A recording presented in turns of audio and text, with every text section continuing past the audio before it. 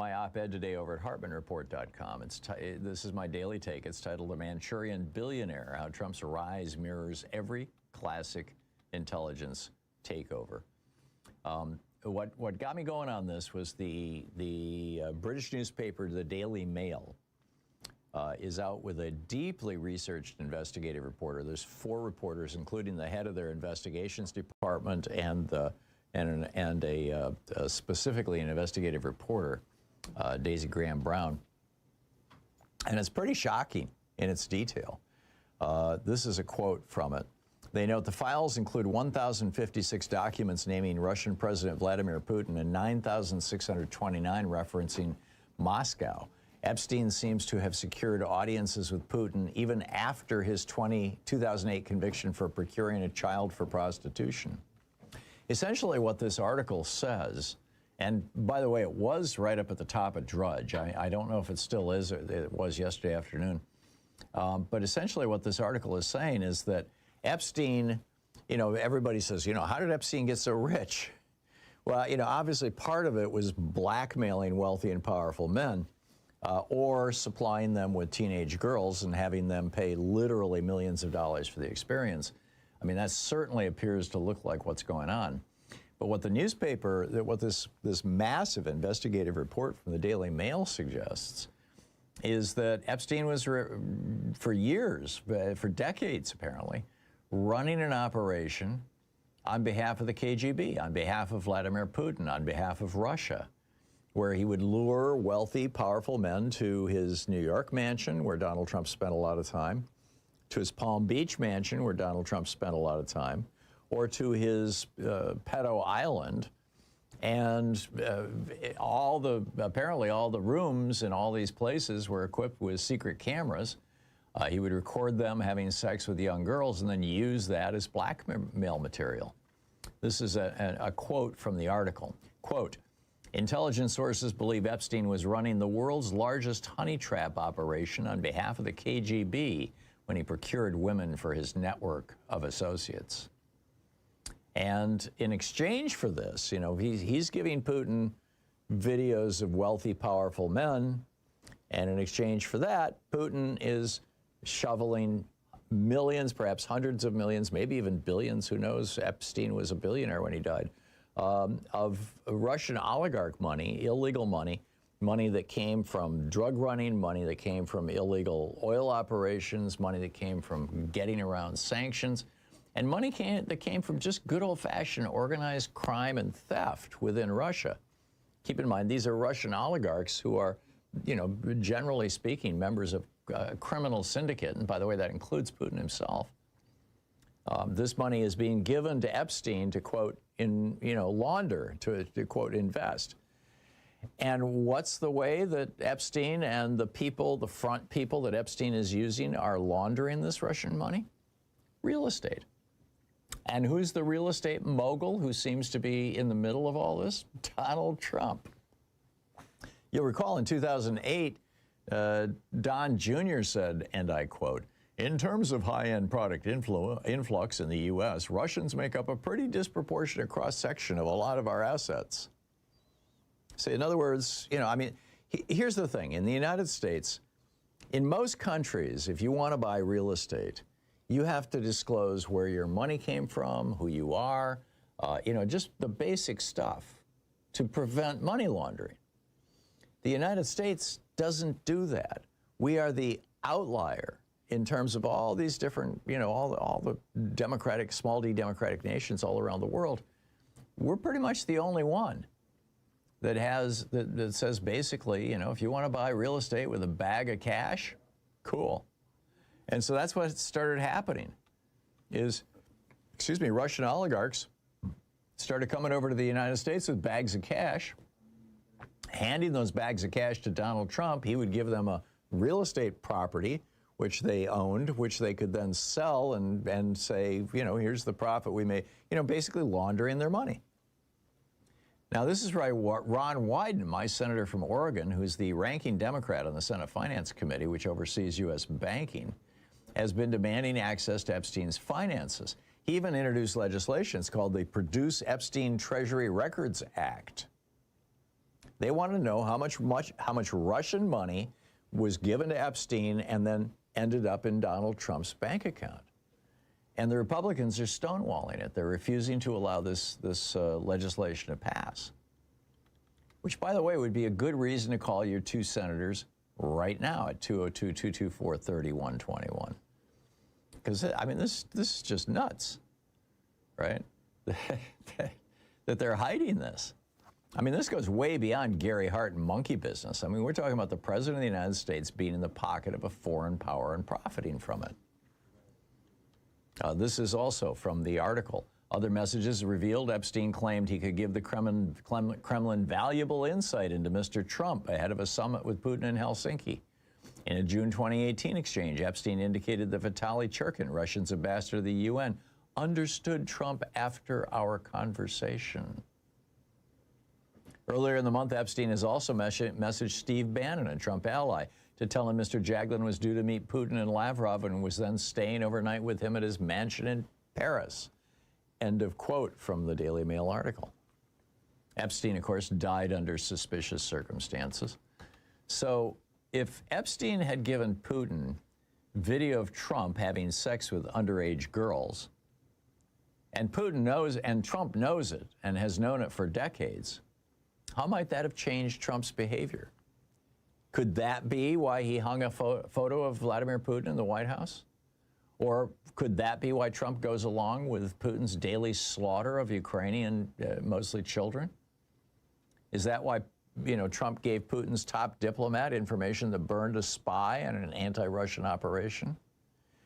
Is that why he tells the world that he trusts Putin over U.S. intelligence agencies? Is that why he put a Putin-friendly conspiracy nut in charge of all U.S. intelligence? Is that why he's trying to severely damage NATO, a perpetual thorn in Putin's side? Is that why he's trying to shatter our alliance with the EU and other democratic nations in ways that may well last for generations? Is that why he's refusing to make America's dues payments to the United Nations, causing that body to have to shut down this summer, perhaps permanently?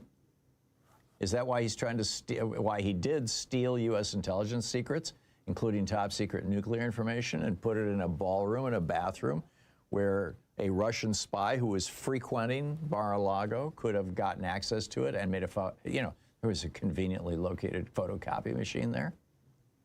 Is that why he's unleashing ICE in a way that turns Americans against each other, leading the United States to what Dmitry Medvedev, Putin's number 2 guy, says any day now, America's going to have a second civil war. I mean, these guys are gleeful about it. Is that why he gutted America's soft power by shutting down USAID, turning basically the third world over to Putin? I mean, this is, Trump has been having all these secret conversations with Putin forever. We know that Paul Manafort, his campaign manager in 2016, was a Putin employee, and he was working for free for Trump, and he was funneling campaign information, secret campaign information, to Putin through Russian intelligence in 2016 so that Putin could deploy an army of bots and shills and trolls to help, convince young men to vote for Trump. Trump pardoned Manafort, by the way. I mean, it just goes on and on. The Mueller investigation identified 10 specific examples of times when Trump broke the law, committed criminal obstruction of justice to try to block the investigation into his associations with Putin. I mean, this is the CIA noted that after Trump asked for a list of all of America's spies, just a few months after that, the CIA reported that suddenly their spies all around the world were being killed. Nobody's sure exactly why or how or what happened.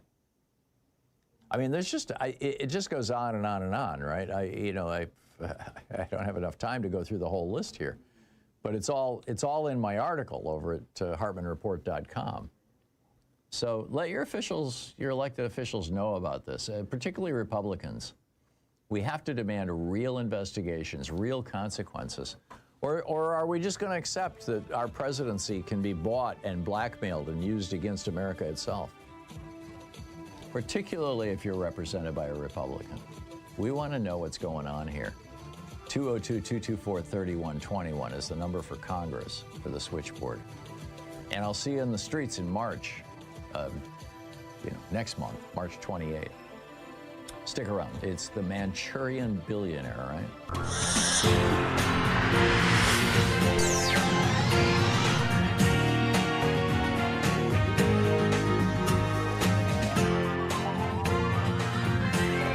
We say fight back!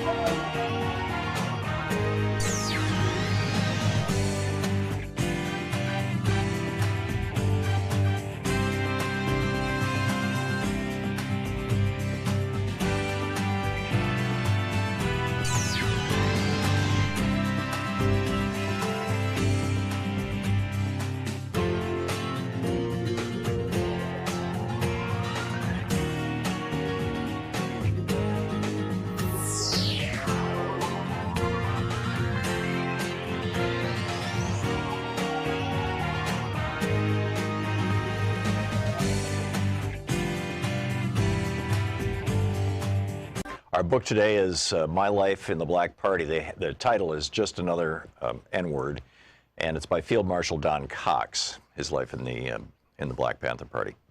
This is from Chapter 5, page 47. The chapter is titled, Use What You Got to Get What You Need. Before we entered into a direct relationship with the Panthers, our group had wanted to prove our worthiness by our actions.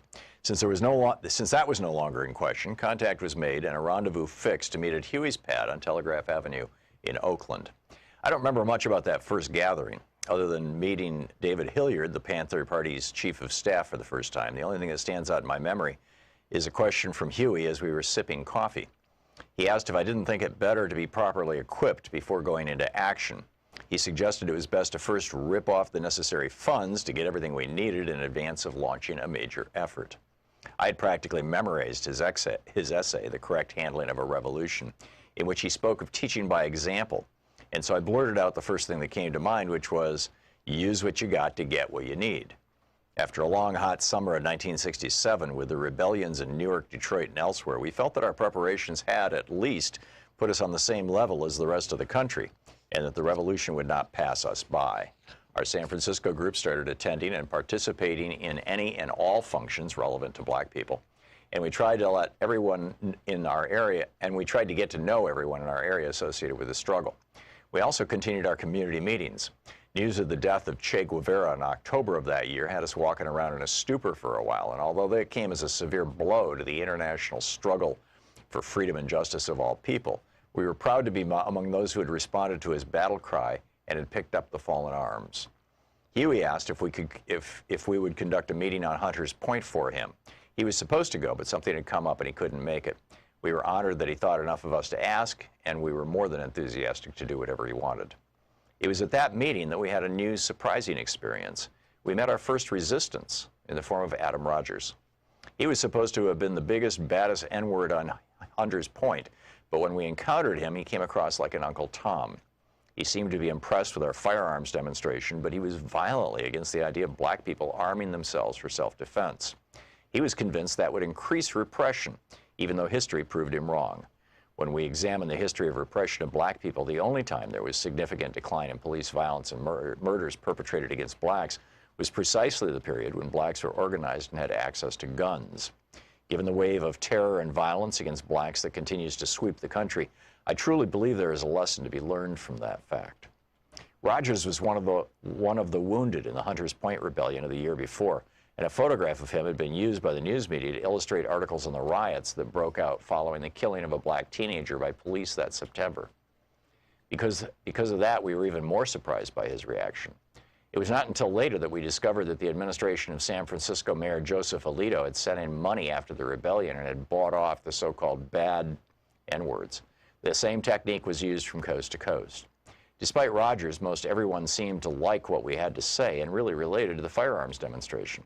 Several people wanted to take courses in handling weapons, and so I fixed a rendezvous for the following Saturday at the parking lot of the abandoned shopping center right on top of Hunters Point. The next day I arrived at the point at 7 in the morning in order to get set up before people began to gather. There wasn't going to be any target practice, but I would be firing a few shots in the air by way of demonstration. I knew that would pose no problem as far as the police were concerned. Due to their racism, whenever they heard shots on the point, they generally looked the other way. Once, during a dispute between two gangs, shooting broke out, and instead of police coming in to break it up, they sealed off the area and let them shoot it out. Gun battle lasted 24 hours, and the police didn't return until the next day.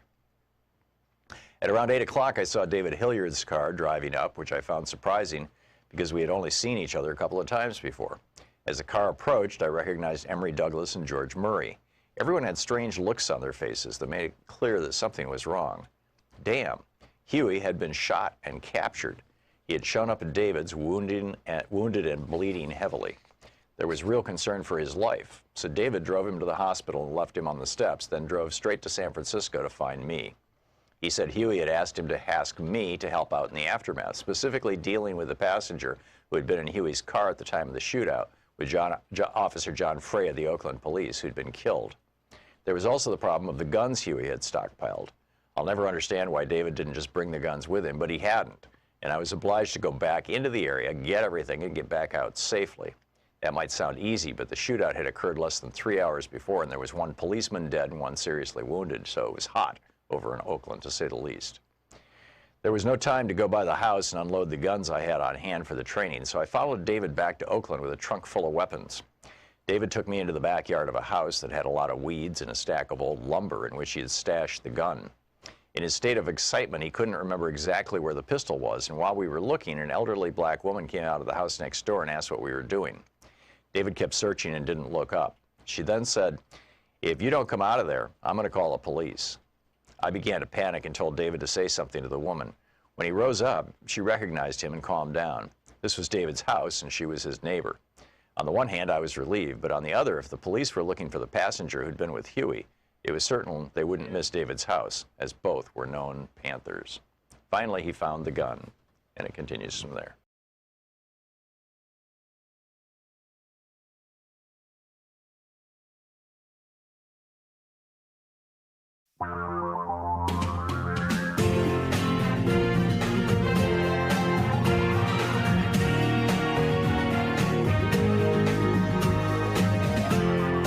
This is the Thom Hartmann Program. Hey, the top of the Tuesday to you. Is Donald Trump rebuilding the Confederacy? Yeah, they never went away. You know, they just never went away. And is he starting with the slave patrols? We'll talk about that in just a moment. Also, Trump wants to nationalize voting in blue states. He said, oh, there's 15 places we want. Yeah. Also, a Trump sue them alert. Will Donald Trump now sue Trevor Noah over a joke? Looks like it. In the second hour of our program, the Republican Party says it'll take a lot more than eyewitness testimony, photos, DNA, toxicology reports, victim statements, wire transfers, emails, flight manifests, phone records, surveillance logs, bank records, audio, video, and total confessions for them to believe Trump's Epstein ties were more than coincidental. Yeah. This is really so much bigger than Epstein, what the Epstein files finally reveal. And also, in the third hour of our program, a U.S. contractor sent a Gaza plan to the White House that would secure 300% profits. Say what? Is this how Trump's board of peace works? Yeah, give him $1 billion and you can make a pile of money. We'll talk about that in the third hour. Also, cops raid Elon Musk's ex-offices in Paris over Grok's child porn and also the promotion of Holocaust denialism. So, a lot to talk about today. I want to start off, though, with my daily take over at HartmannReport.com. It's titled, Is Trump Rebuilding the Confederacy? Starting with the slave patrols. And, you know, of course, my answer is yes. Yes, of course he's doing that. I start out with a story of ICE thugs dragging a Minnesota woman out of her car and assaulting her. They only stopped when the local police showed up. She literally called the local police. And they came and stopped the ICE thugs who had dragged her out of the car. She ended up with cuts and bruises and scrapes from being dragged around, you know, the frozen pavement by these, you know, modern day Klan members. And, what was her crime? She had been following and tracking them. They're starting to get really violent toward people who are holding them accountable. They don't like this. This is why they hide behind masks. These are essentially cowards and, thugs. Joe Scarborough, the Republican, Joe Scarborough, was so shocked by this. He goes, This is so out of control. It looks like a paramilitary force from the third world. And so the police chief, not Antifa Republicans, not Antifa liars on the right, she calls the police to ask for help in America from paramilitary type officers. It's disgusting. End of quote. What Scarborough and most Americans probably don't realize, particularly since Ronald Reagan gutted civics education in the United States, is that this is nothing new for America. Between the 1830s and the 1860s, the American South ceased to be a democracy altogether. It was a fascist state. A handful of very wealthy plantation families in the South ended up basically owning the economy and the politics of this handful of southern states that came to be known as the Confederacy. And that's essentially what Donald Trump is reinventing. I mean, at the heart of the old Confederacy was a neo-fascist oligarchy. I wrote a book about this, the Hidden History of American Oligarchy. And, you know, even white people who spoke up against that system risked losing their lives back then. And that same racist, fascist goal is what's driving today's Republican Party politicians. They're fighting tooth and nail to defend the interests of white men, of billionaires, and of giant corporations, while undermining any effort at all to preserve genuine democracy. I mean, taxes on the morbidly rich are cut to the bone. Working people and the professional middle class carry the burden. Government subsidies in the hundreds of billions of dollars now flow to friends of Trump, while towns, industries, and communities that refuse to go along are punished by the withdrawal of federal support and brutal attacks on their people by armed, masked ICE thugs. And it appears they're rehearsing now to use these same terror tactics this November to intimidate voters at the polls, voters of color, of course. Both Maine Secretary of State Shauna Bellows and Senator Mark Warner can see this coming. Mark Warner said, quote, "I'm deeply concerned with the potential for Trump to send ICE agents to polling places to intimidate voters in this year's elections." See, here's the simple reality. If the Republicans want to retain control of the House and the Senate, they only need to take down a dozen or maybe 24 cities. Some of them in red states, some of them in blue states, but you know, if they can just shut down the vote in these urban areas, these are where the Democratic votes come from. And an awful lot of them come from people of color. And who are the targets of ICE? Just like the old days when the Klan used to be deputized to enforce the law? ICE. It's black people. They're going after black people and brown people.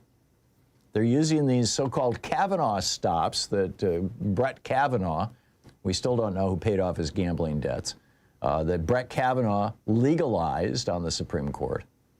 It's reached the point where Brooklyn Park, which is a suburb of Minneapolis, their police chief, a guy by the name of Mark Bruley, did a news conference where he pointed out that his officers and officers from other police departments in the Minneapolis area, when off duty, when driving their personal cars home and they're not in uniform, are being stopped by ICE, dragged out of their cars and threatened at gunpoint. One off-duty officer tried to film the thing, and the ICE thugs knocked the phone out of her hand. And finally, she convinced them that she was a police officer, and they just walked away. They never even apologized. He had and 100%, by the way, of these people who have been stopped in their private cars by ICE in the Minneapolis area, 100% of them were people of color, Hispanic or black people. I mean, it's just wild. This is what the old slave patrols did. They, you know, you got recruited into the slave patrols in most of the southern states. It was basically like a draft. You were required to serve for a year or two. Wealthy people would pay people to serve on their behalf. And what the slave patrols did is, you know, they rode around on horseback all day long looking for black people who were where they shouldn't be, which is pretty much what ICE is doing. And when they found them, they would terrorize them. They would beat them. They would sometimes kill them, or they would take them back to their owners, as it were. These laws, you know, if in the old South, if you stood up for labor rights, for racial justice, for democratic reforms, they literally put your name on a list. Well, that's what ICE is doing now. They've got a bunch of these secret lists, and they're taking pictures of people who are following them. But, you know, back in the day, this was enforced by the white citizens' councils and by deputized members of the Klan who wore hoods and carried guns to enforce the racial laws. And that's exactly, or damn close anyway, to what we see happening right now with Trump and ICE.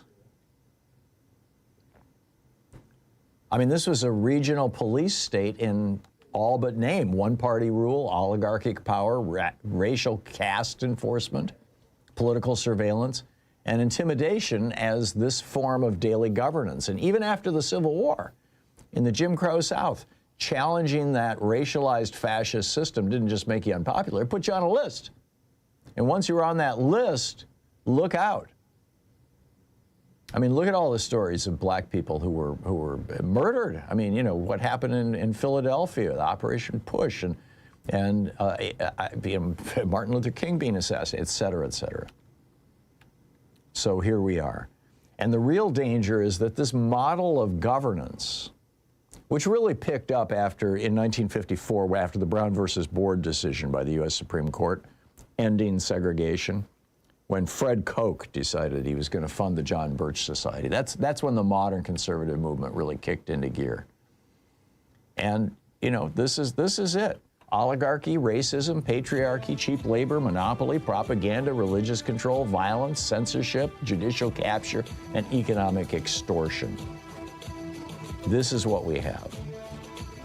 So hopefully these guys are not going to force us into a second civil war, as much as they love to talk about it, and that we can stop them at the ballot box this fall, unless Trump can figure out a way to nationalize our elections. So double check your voter registration and show up on March 28th for the next No Kings. This is the Thom Hartmann Program. 16 minutes past the hour. We'll be right back.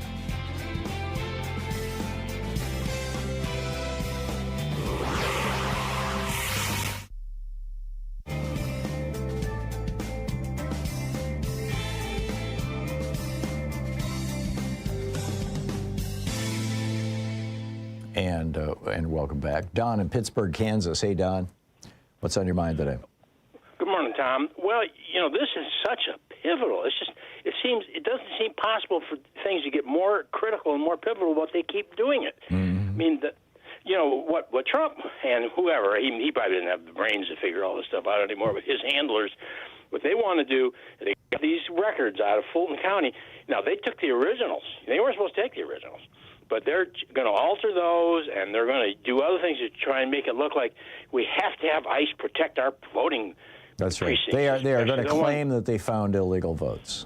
I guarantee. Right. And all kinds of skullduggery. And then they're going to use that as an excuse to largely take over the voting process in, you know, a dozen or so cities. I mean, this is not going to be.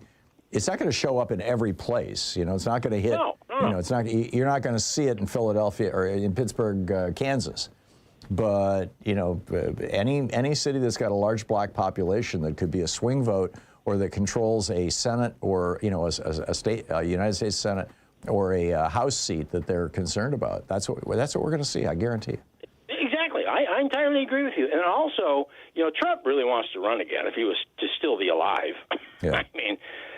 You know, and in good enough shape they could trot him out for his appearances. But I mean, this is dead serious stuff, and we need to not only check our voting, but we need to be mobilizing and getting people registered and working as hard as possible. You know, sort of democracy docket type stuff. Yep. Mark Elias. I mean, his kind of thinking and level of expertise and commitment. Yeah, no, I completely agree. Don, very, very well said. Thank you very much for the call. Claudia in Newport, Oregon. Hey, Claudia, what's on your mind today? Oh, hey, Tom. My new plan is to give you solutions, not the same old, you know, identifying the problem. We all know what the problem is. My new solution is to talk about people who have solutions, and one of them is Mayor Brandon Johnson of Chicago. I just heard this morning on Amy Goodman's show his incredible statement about the situation lately.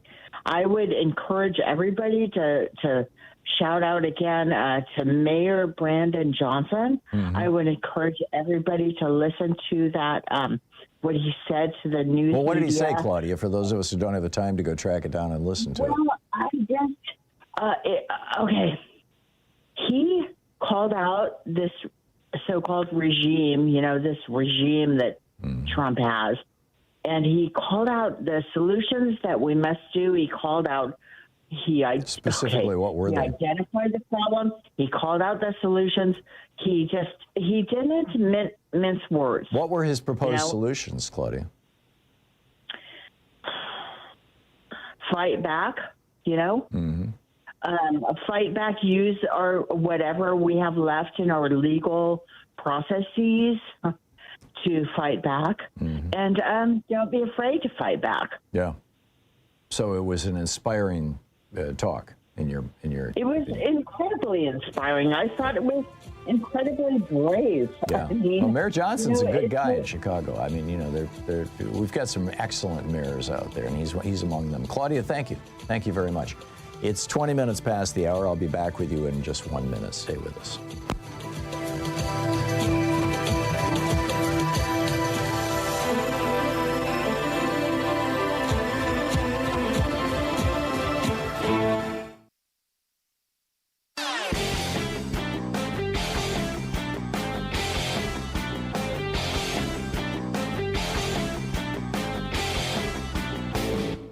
Change starts with you. You can be calling your Democratic or Republican representatives to let them know what you think by calling 202-224-3121. It's the Capitol switchboard. It'll get you right through to them.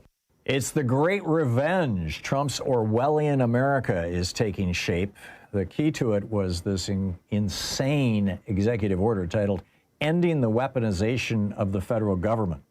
And basically what it does is it sets up the weaponization of the federal government.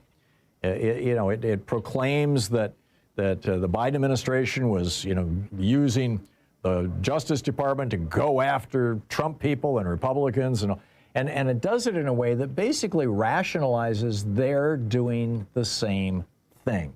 This is a absolute danger to our republic. This executive order and Trump's assertions around it. And you can read all about it. There's a whole op-ed about it titled The Great Revenge, Trump's Orwellian America Takes Shape, over at HartmannReport.com. Get ready for the investigations, the arrests, and the show trials.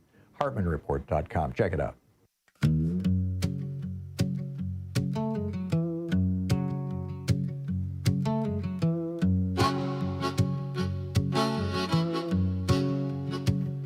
They pulled her from a car in the middle of the street. Masked man with badges, boots on concrete. Said it was the law, said it was the way, but they look like ghosts from day. Hands on the wheel, eyes on the gun, history whispering this ain't done. Cuts on the skin, blood on the ground, old songs of terror still make that sound. Is America rebuilding the Confederacy with no uniforms and no cruelty? Different names, same old rules, same rich men, same broken tool. Tell me now, what did we learn when the slave patrols return?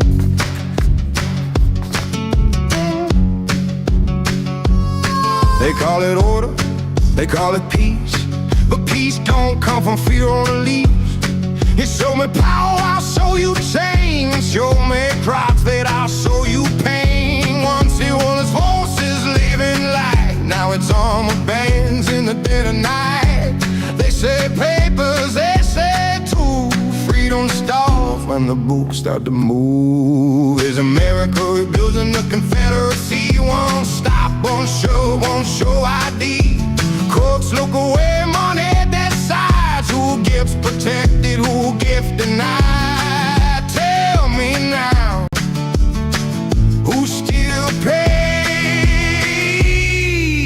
slave patrols walk our way.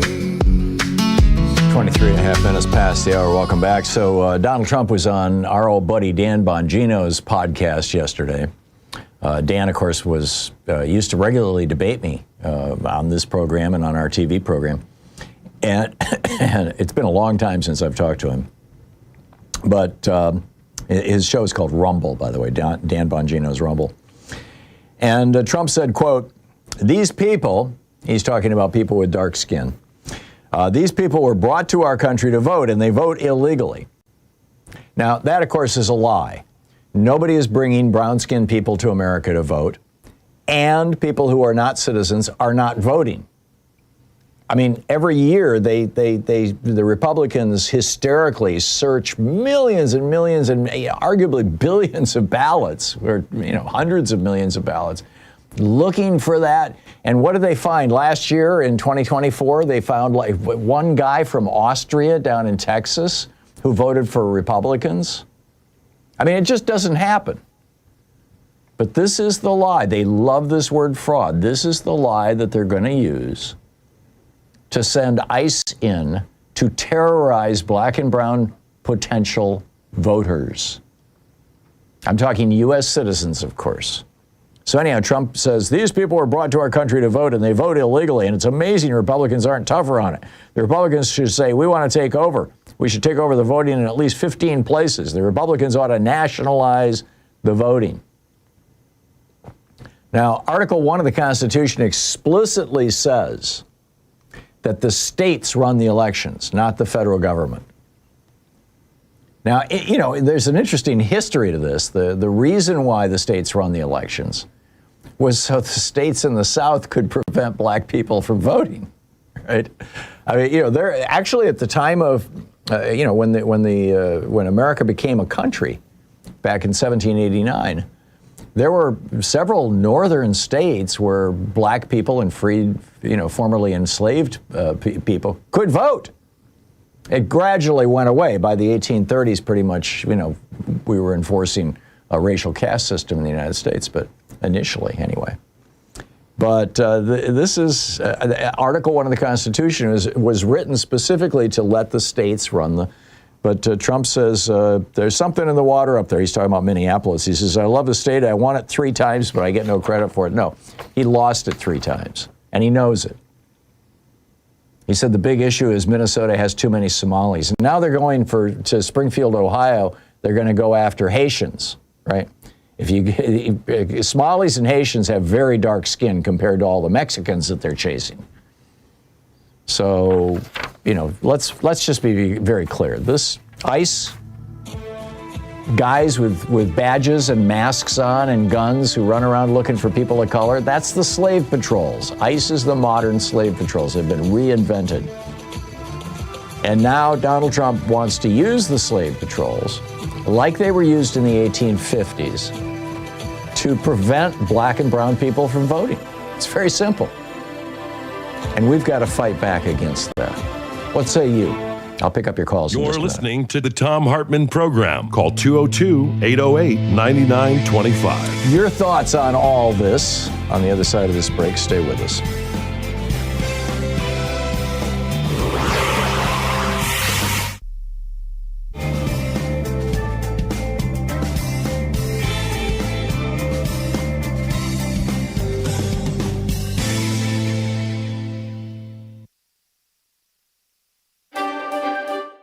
Our book today is Future War, Preparing for the New Global Battlefield by Robert, I believe it's pronounced Latif, L-A-T-I-F-F.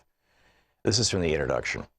On a sweltering August day following weeks of heightened tension with Russia over its actions in Ukraine and Syria, and harsh words between the United States and China over actions in the South China Sea, and as workers are preparing to depart the cool of their air-conditioned Manhattan office buildings for the gridlocked highways and subways, several large electric power plants along the East Coast simultaneously experienced dramatic overspeed conditions in their large turbine generators.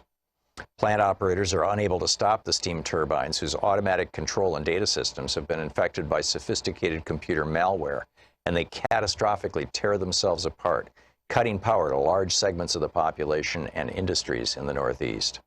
Building systems shut down, hospitals switch to emergency generators, trains stop running, traffic lights cease operating, and Wall Street trading comes to a halt. At the same time, 1,100 miles to the south, a massive rocket sits fueled and ready to launch a critical national security satellite when an explosive-laden private aircraft flies at low altitude into the Cape Canaveral launch pad area and, despite repeated warnings, slams into the pressurized fuel tank and solid rocket motors, creating an enormous conflagration. Half a world away, elite commandos equipped with the latest high-technology equipment but unidentifiable as a national army attack U.S. and allied interests near areas of disputed territory. Thus are fired the opening shots of a new war. These hypothetical events represent a radically different style of conflict fought with new tools and against new and unfamiliar enemies. When most people think of war, they imagine soldiers doing battle with other soldiers, employing tanks, artillery, and other recognizable weapons. However, in this century, war has morphed into something we can scarcely recognize, and future conflicts will be qualitatively and quantitatively unlike those of the past. They will be fought using innovative and unusual weapons, many of which, because the technologies have both civilian and military uses, will be available to far more people who are far less skilled in their employment. The so-called democratization of technology has diminished the monopoly of advanced countries on the tools of war. 21st century armed conflicts often have no battlefield in the traditional sense. The concept of opposing armies clashing in deadly struggle but moderated by international conventions of behavior seems a thing of the past.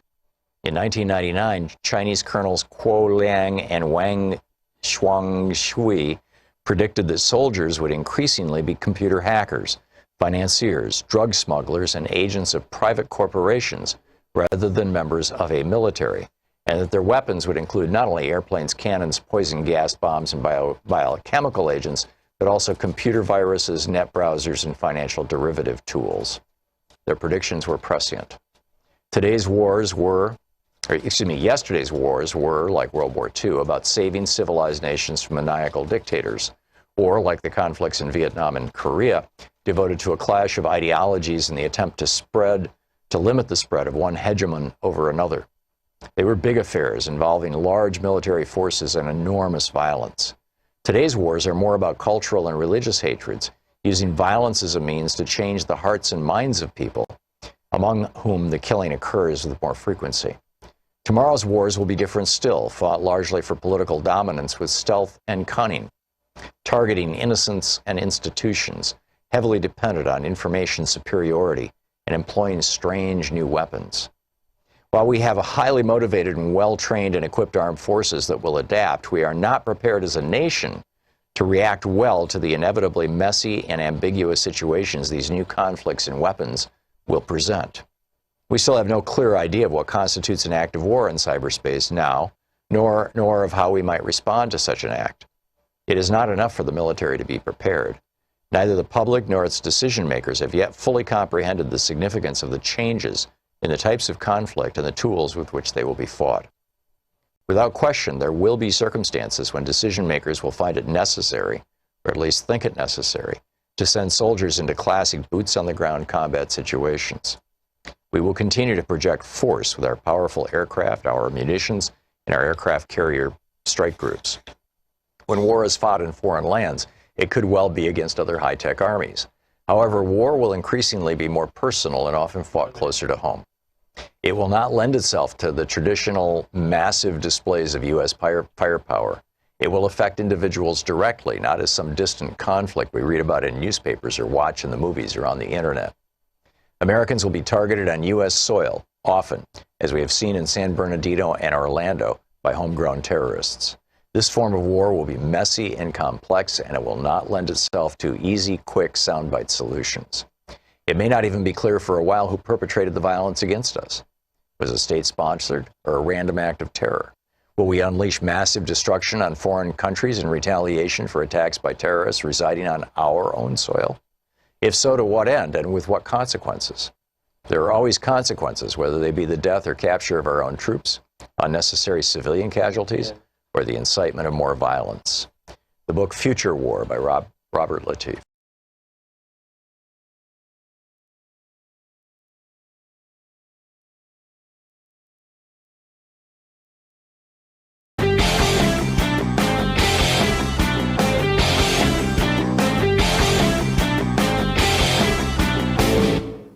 you know that every weekday we send out an email before the show giving you all the topics coming up so you can be fully informed and ready to interact with our program? Or that after the show we send out Sue's Stack, a list of every topic I've discussed along with clickable hot links to every source of information I've shared with you on the air? It's all completely free and available over at thom.tv, THOM.tv. Check it out.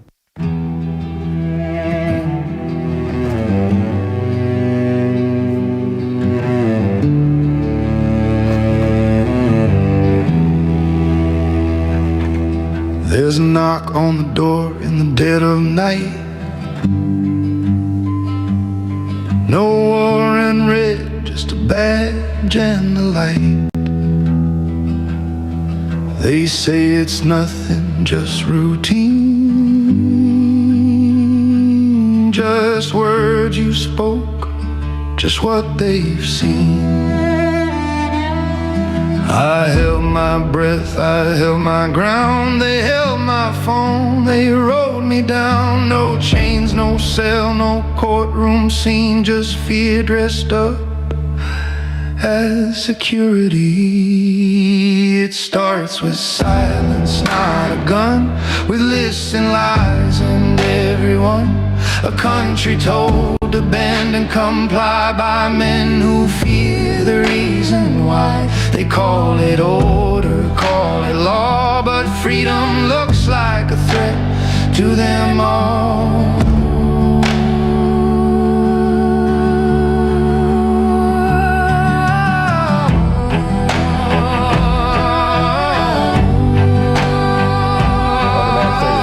Past the hour. So Trevor Noah was at the Grammys, and this is hysterical.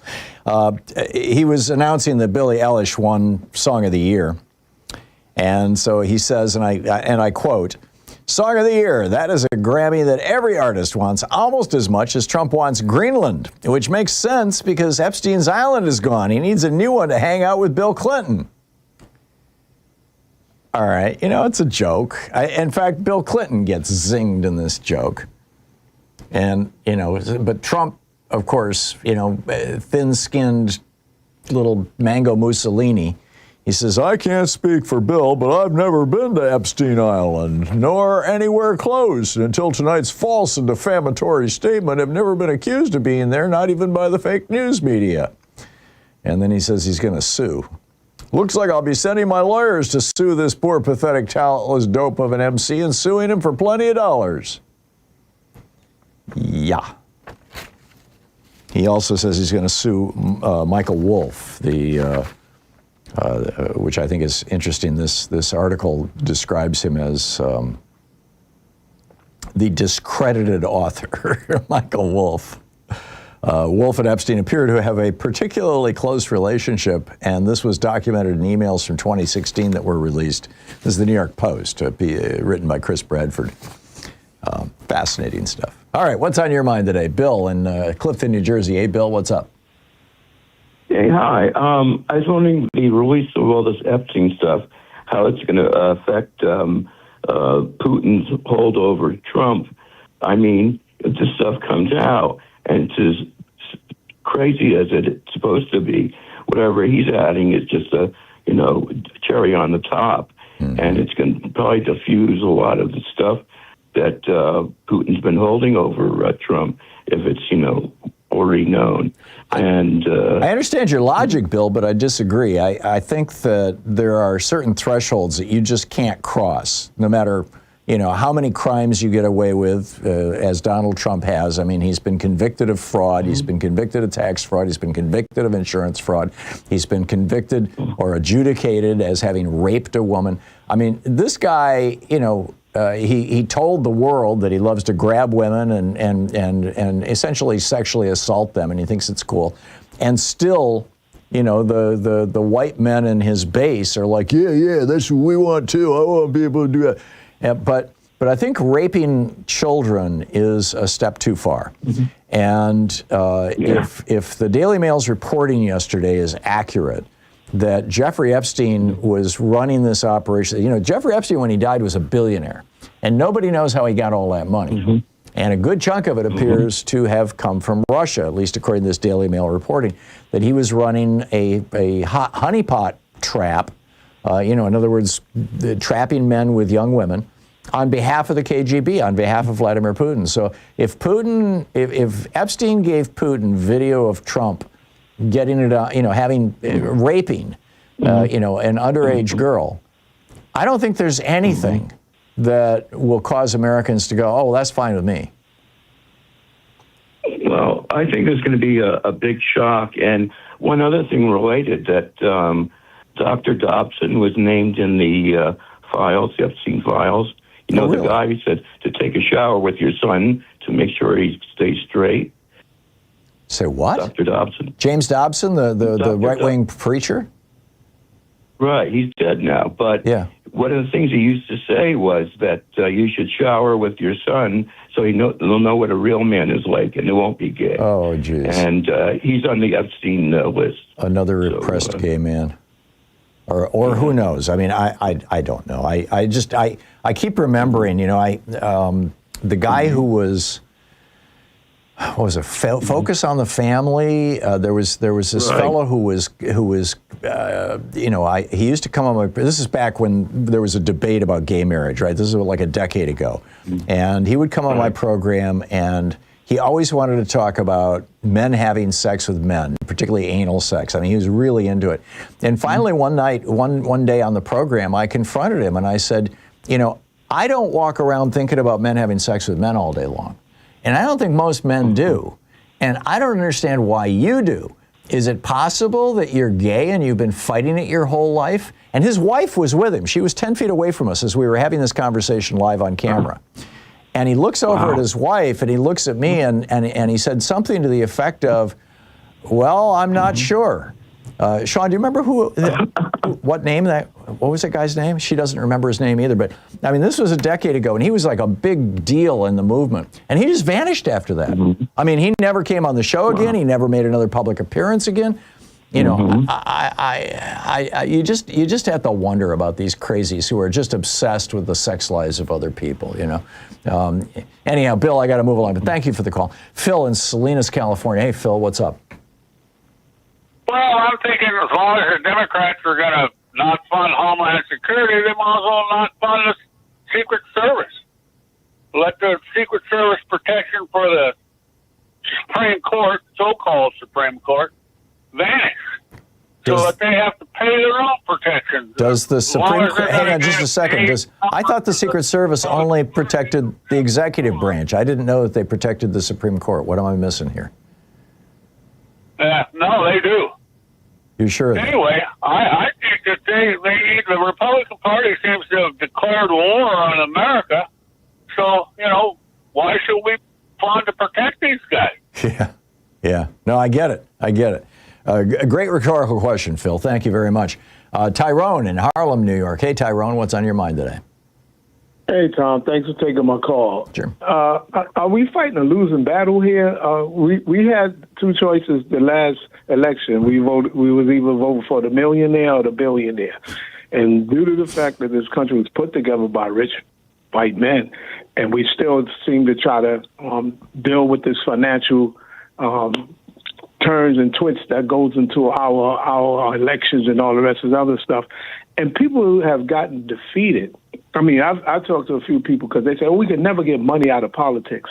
And I say, listen, anything that people put into a system, they can take it out. We just have to have the willpower to make it happen and stop letting these wedge issues take us off course, because that's what if that's what we were voting for, the situation with Jimmy Fallon, when they decided to take him off, people was pulling money out of that system left and right. Yeah. And they said, whoa, wait a minute. We can stop this system operating the way that is operating. We just got to Well, sort of. I mean, CBS is still firing Stephen Colbert. No, it wasn't. It was ABC. I know that was ABC with Jimmy Fallon, but CBS, one of the three late night comics still lost their job. Is my point. Absolutely, and in that same vein, we could shut down CBS. We could shut down these Well, CBS seems to be shutting down themselves, Tyrone. Their ratings are in the toilet. I mean, it's crazy. Yes. And this is the same thing I say about money in politics. We don't believe that we can get it done. But like was being said, that listen, if people make it happen, people can stop it from happening. Yeah. And we are the ones that's sinking money into these things, and then we let these wedge issues. You know, you're too tall, you're too black, you're too white, you're too this, you're too. These things just take us out of the trans people swimming. Yeah, no, you're absolutely right, Tyrone. And your point is brilliant. I mean, it's the point that my old friend Joe Madison used to make almost every day on his show.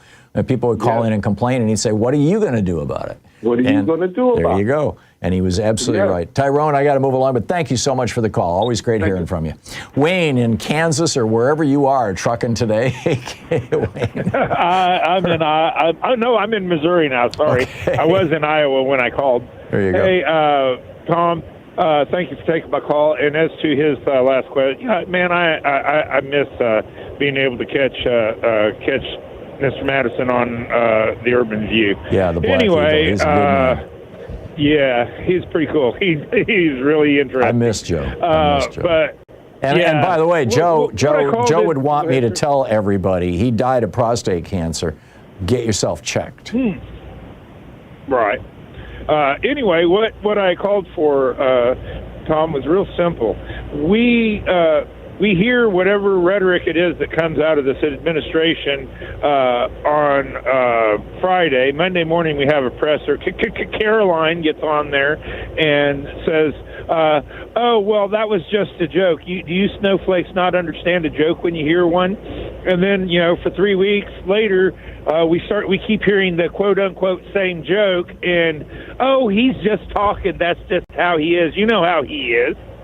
And then all of a sudden, whenever that crazy thing that he said a month ago gets put in, well, we're the snowflakes, and we're obviously, just going irate about something that's nothing. It was just a joke. And then whenever it becomes practice and put into practice, all of a sudden, we're no longer the alarmists. Now all of a sudden, well, we're the most transparent. Government system that's ever been in existence. And it was never telling you the whole time. Yeah, and it was never a joke in the first place. It was a trial balloon. I mean, this is the way they figure out what their base will go along with, what the independents will go along with, and how much resistance they're going to get from Democrats. And that's what he's doing right now with nationalizing the elections. He's running it's a test to see how the Republicans are going to go along with it. And he's already got a couple of Republicans in Congress going, hey, this is a pretty good idea.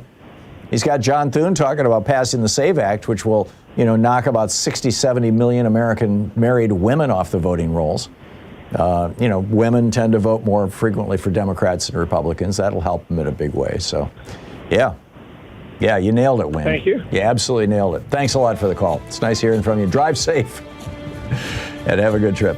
It's 47 minutes past the hour. We'll be back with more of your calls in just a moment. Stay with us. It's the Thom Hartmann program, the place where despair is not an option. We'll be right back.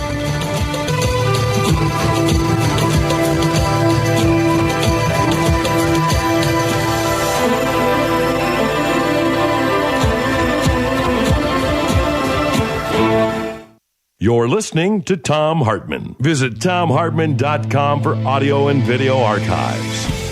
It's talk media for the rest of us. We'll be right back with your calls.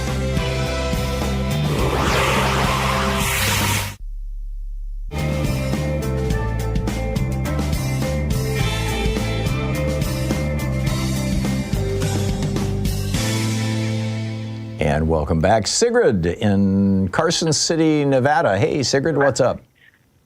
Well, I want to talk about ICE. Mm-hmm. Who are these thugs who are doing Trump's work for ICE? Well, I learned from Google. I didn't learn from the news what these people's names were. And one of them was Jesus, let me see here, Jesse Ochoa from South Texas, up there in Minneapolis. Mm-hmm. And the other one was Raimundo Gutierrez. Right. These were the two guys who murdered Mr. Preddy. Alex Preddy. Right. And we tend to simplify the problem, the motivation for allegedly. by calling it racism. Racism isn't the only thing. That's a very simplistic way of looking at the problem, because here are brown people who are doing the work of Trump. Yeah. You see, so what could be there should be more. There's more to it than this. Oh yeah, than racism. No, I get that. There have always been the what do they used to call them? The house Negroes, to say it in a nice way. There have always been people who will, in exchange for wealth or power. And these guys have both, right? They have the power to stick guns in people's faces and force them to do whatever they want, and they're making $200,000 a year. In exchange for wealth, they will betray their own people. And exactly. We've so always maybe had that.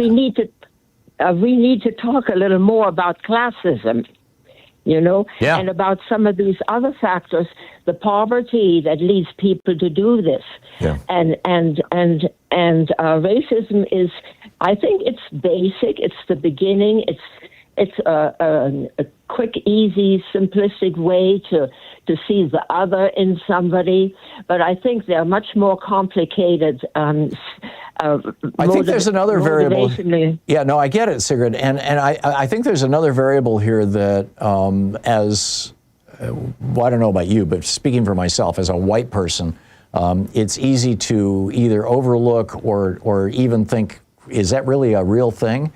And that is people, non-white people, who actually hate themselves and hate other people in their race. And I put Clarence Thomas in that category. Clarence Thomas consistently rules against the interests of black people.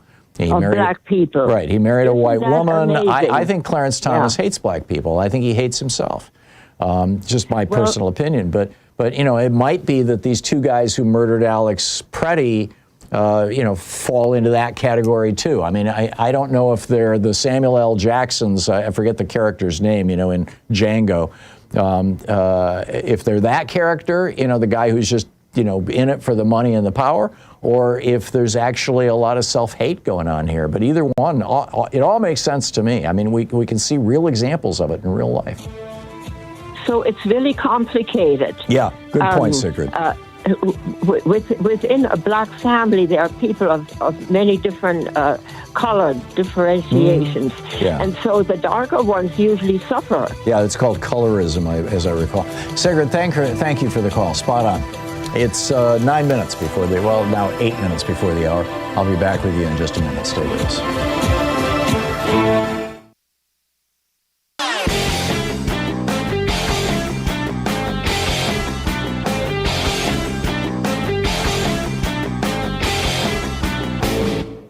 Hey, thanks so much for sharing our program and for reaching out to our stations and sponsors and letting them know that you're listening. It really means a lot to us.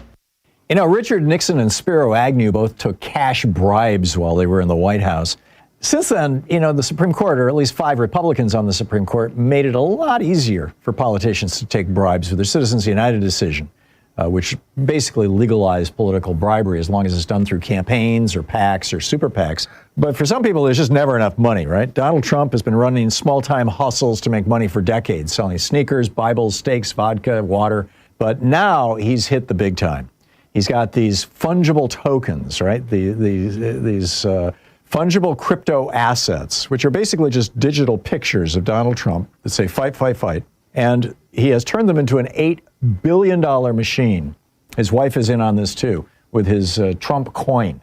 It's a new way that foreign powers and billionaires in the United States can just shovel money into Donald Trump's pocket. There's a whole article about it over at HartmannReport.com titled Presidential Payola, the Evolution of Political Bribery.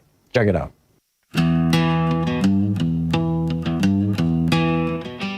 We're picking up your calls here. Greg in Yorktown, South Dakota. Yankton. I'm sorry, Greg. Am I saying it right now? That's correct. Yankton, South Dakota. Cool. Good morning, Truth Brother. Thank you. Listen, psychologically, we're talking just about how people react differently. I really do believe these people are so insecure about their race that they do what the white man wants them to do. I truly believe that's part of it. Now, hang on just a second here, Greg. For people who just might have just tuned in, you're talking about the conversation I had a few minutes ago with the guy who was pointing out, or the woman who was pointing out, that the two men who murdered Alex Preddy were both Hispanic, even though they worked for ICE? Yes. Okay. How ironic. Yeah. How ironic and profound to see that happen. Yeah. So I'm going to move on to the next thing. A couple of days ago, I don't know if it was Blanche or Cockeyed Cash Patel said that they were not going to release any videos or any information in regards to the Epstein files relating to violence. Right. And that was one of their criteria. Right. And I thought about it, and as a career retired law enforcement officer, I think they're hiding something. I think they're hiding something just so disgusting that they're just keeping it secret as best they can. Yep. And I think that's a snuff film. Oh, interesting. A snuff film. There is this allegation, this one, one of the people who accused Donald Trump said that she was impregnated by, I believe by Trump, I could be wrong, and that she had the baby on this yacht, and they threw the baby overboard to get rid of it. It's one of those stories where you just ask, is this a mentally ill person just making something up, or But then you look at the just absolute blood dripping evil that these guys did. The crimes that Epstein and Maxwell and allegedly Trump participated in. They're pretty damn breathtaking. So, yeah, a snuff film. I think there's some pretty dark secrets yet to be revealed. And if I had any advice to anybody, call your congressman, call your law enforcement, and just inundate them with questions about snuff films. Get it out there. Yeah. I think it's going to be coming out. Interesting. Greg, thanks a lot for the perspective from law enforcement. I appreciate it. Yeah, thanks for everything you do. Yeah, my pleasure. Good talking to you. Dave in Fergus Falls, Minnesota. Hey, Dave, what's up? Just a minute to the hard break, by the way. Okay, so I'll be quick. So I listened to a C-SPAN caller a couple of days ago, and he said if the ICE would pre-meet with city officials prior to it would probably diffused a lot of things and clarified some rules and regulations by the state. And then the other thing is... Well, hang on just a second. They already do that. For criminals... Every time anybody is fingerprinted in any jail or police department anywhere in the country, that information automatically goes to ICE. What they're talking about, so these police agencies are already cooperating with ICE, and they all are, and they all have been all along. What they're talking about is they want it so that if a Hispanic person in your town who's not a citizen calls the police and says, somebody just broke into my house, when the police go out there, they will inquire as to that person's immigration status, and if the victim of the crime is not a citizen, they will call ICE to come haul him away. And the police departments are saying, we're not going to do that because people will be afraid to report crimes. And then we're going to have a real problem with law enforcement. That's what's going on, but that's what they want. Dave, I got to run, but thank you for the call. We'll be right back.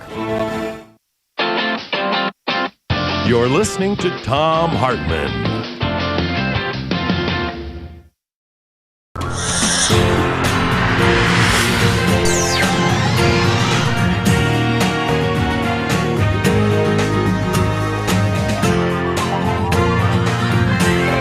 We say fight back!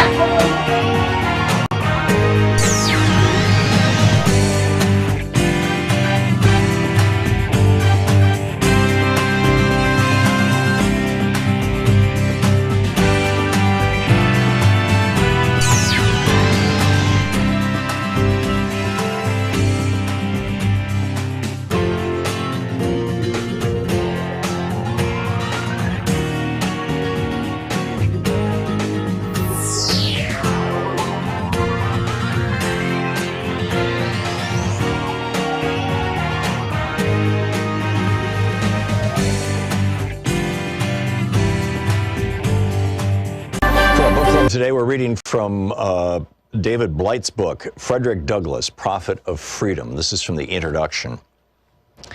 In his speech at the dedication of the National Museum of African American History and Culture in Washington, D.C., September 24, 2016, President Barack Obama delivered what he termed a, quote, clear-eyed view of a tragic and triumphant history of black Americans in the United States. He spoke of a history that is central to the larger American story, one that is both contradictory and extraordinary. He likened the African American experience to the infinite depths of Shakespeare and Scripture. The, quote, embrace of truth as best we can know it, said the president, is, quote, where real patriotism lies. Naming some of the major pivots of the country's past, Obama wrapped up his central theme in a remarkable sentence about the Civil War era. Quote, we've buttoned up our Union blues to join the fight for our freedom. We've railed against injustice for decade upon decade, a lifetime of struggle and progress and enlightenment that we see etched in Frederick Douglass's mighty leonine gaze, end quote. How Americans react to Douglass's gaze, indeed how we gaze back at his visage, and more important, how we read him, appropriate him, or engage his legacies, informs how we use our past to determine who we are. Douglass's life and writing emerged from nearly the full scope of the 19th century, representative of the best and the worst in the American spirit. Douglass constantly probed the ironies of America's contradictions over slavery and race.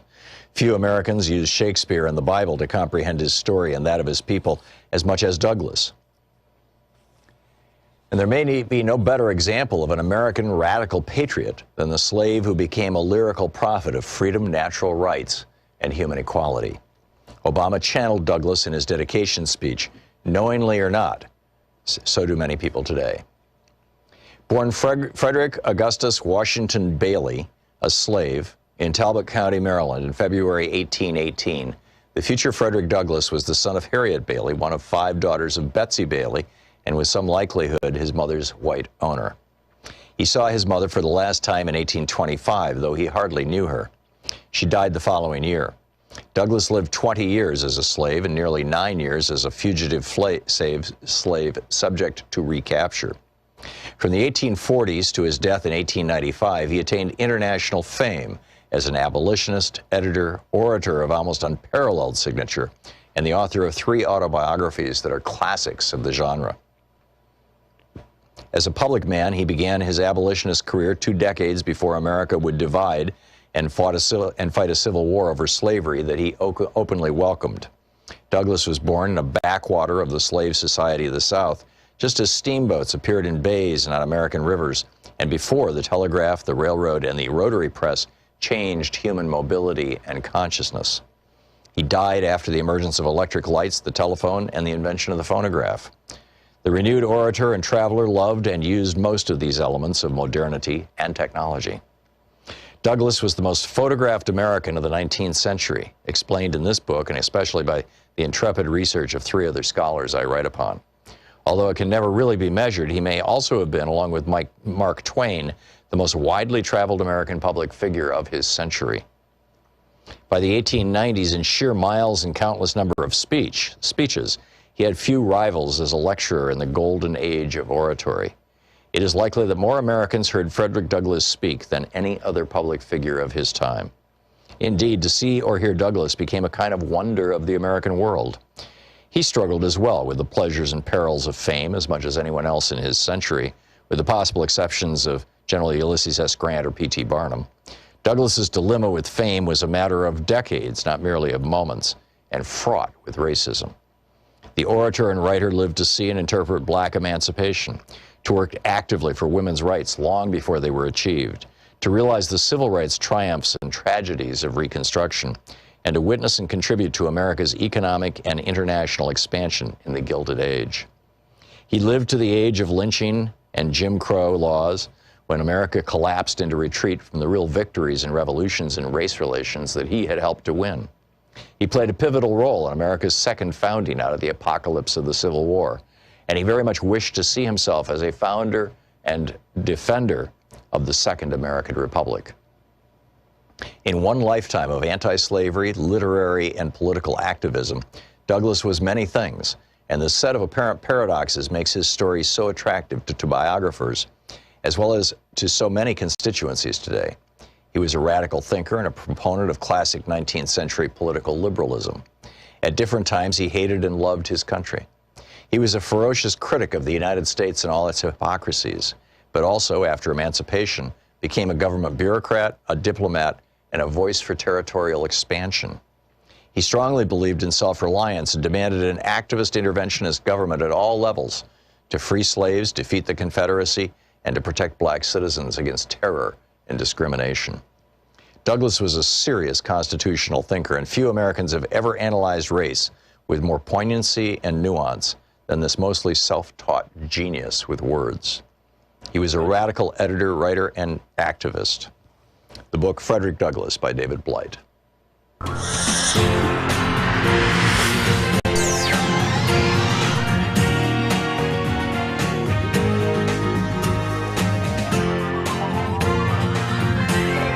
We say fight back!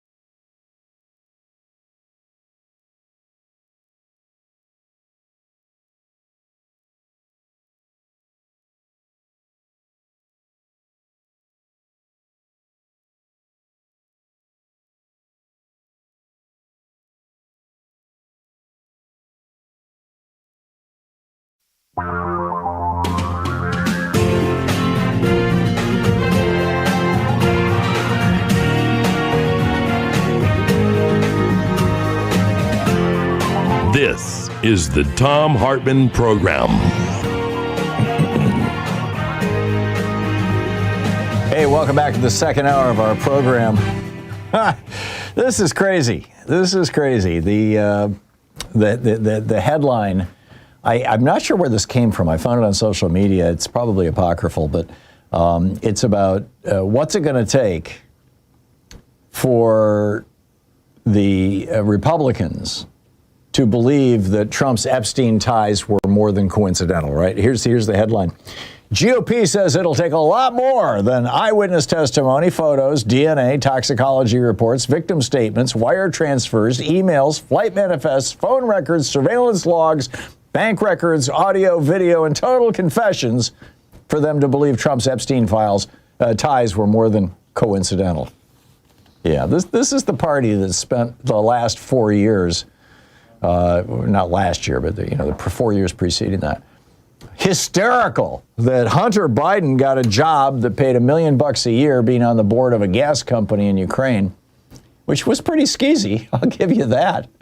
But, it's nothing. I mean, $1 million. I mean, that's how much Trump, extorts out of foreign governments in 5 minutes. I mean, it's just, are you kidding me? Meanwhile, Bill and Hillary Clinton, speaking of Epstein and Trump and the GOP and all that, Bill and Hillary Clinton have said, okay, we'll testify. Comer Fudd, the guy who runs the House Oversight Committee that's doing these hearings, James Comer, wants Bill and Hillary Clinton to come in and testify. Obviously, I mean, there's a bunch of people that they could invite. But they really only want Bill and Hillary Clinton. They could invite Elon Musk. He was corresponding with Epstein, apparently quite a bit.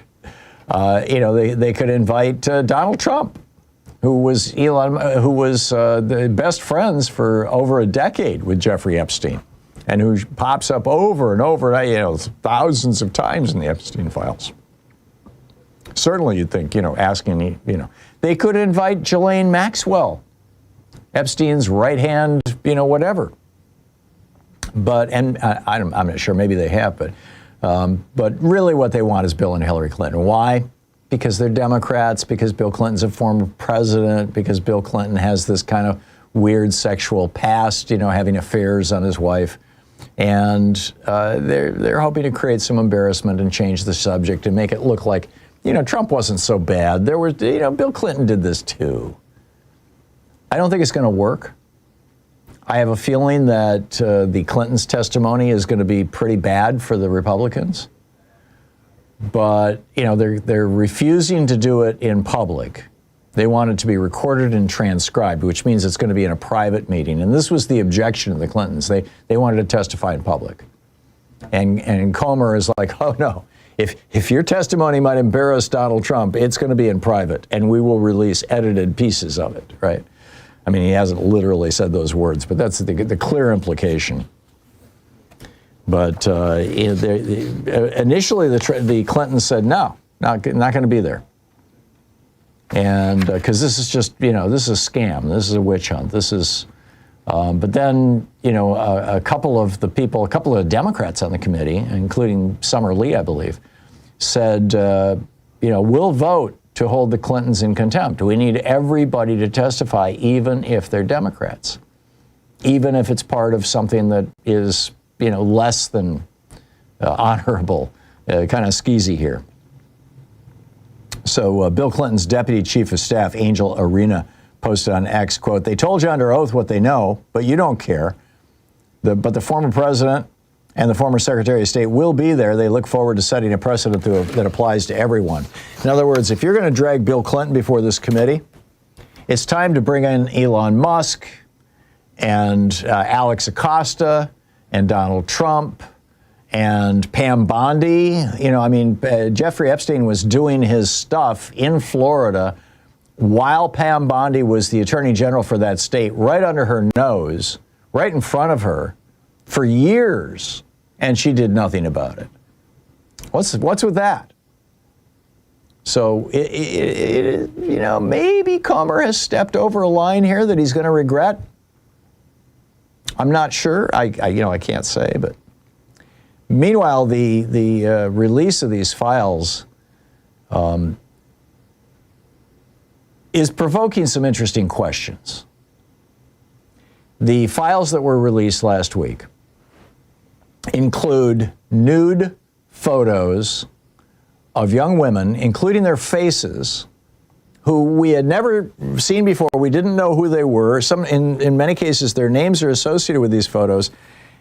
In other words, they outed a bunch more of Epstein's victims, or possibly just women who were hanging around without any clothes on. But in all probability, they were Epstein's victims who didn't want us to know that they were Epstein's victims. I mean, many of these women they've moved on with their lives. They've said, enough. I never told my husband. I didn't tell my family. I don't, this is, please, well, there's this one woman who's, just pleading, please remove my name.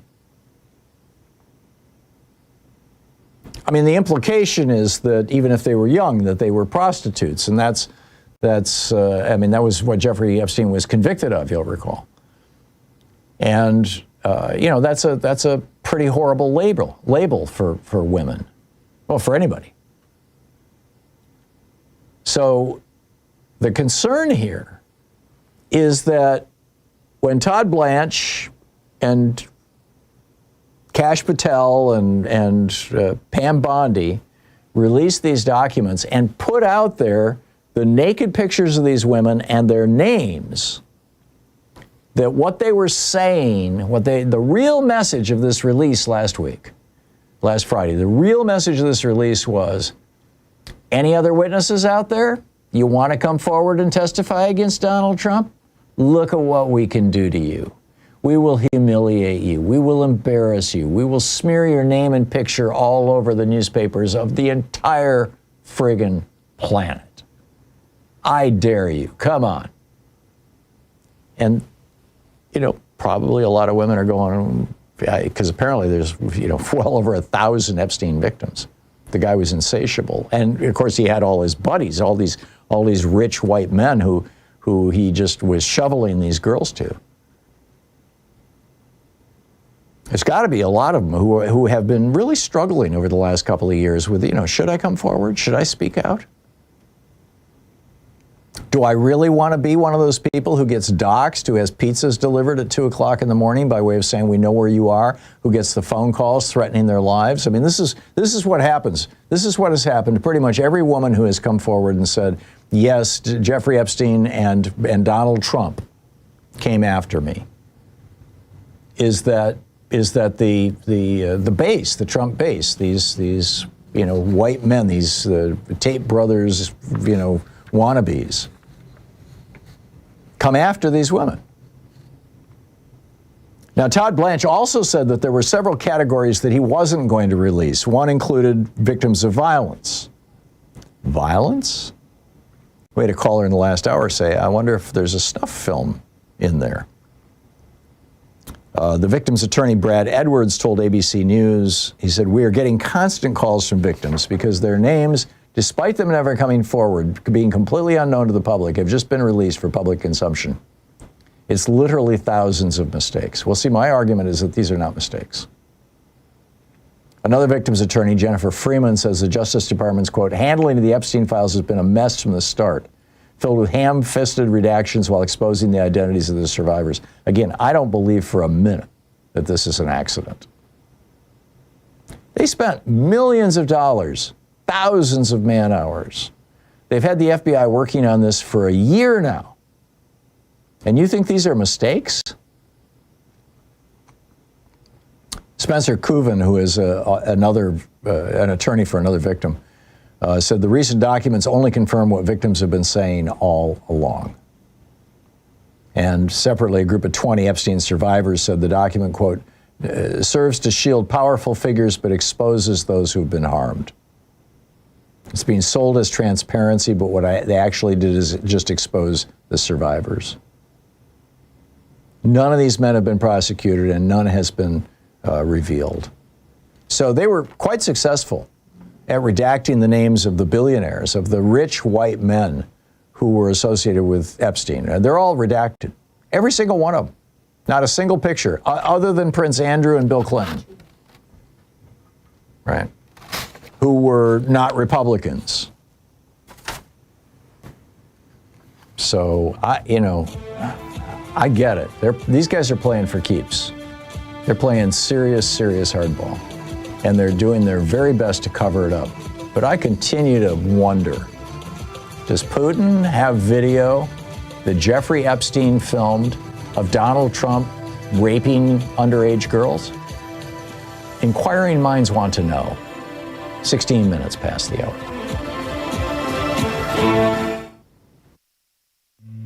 This is the Thom Hartmann Program. Exposing the con in conservative. I'll be right back with you.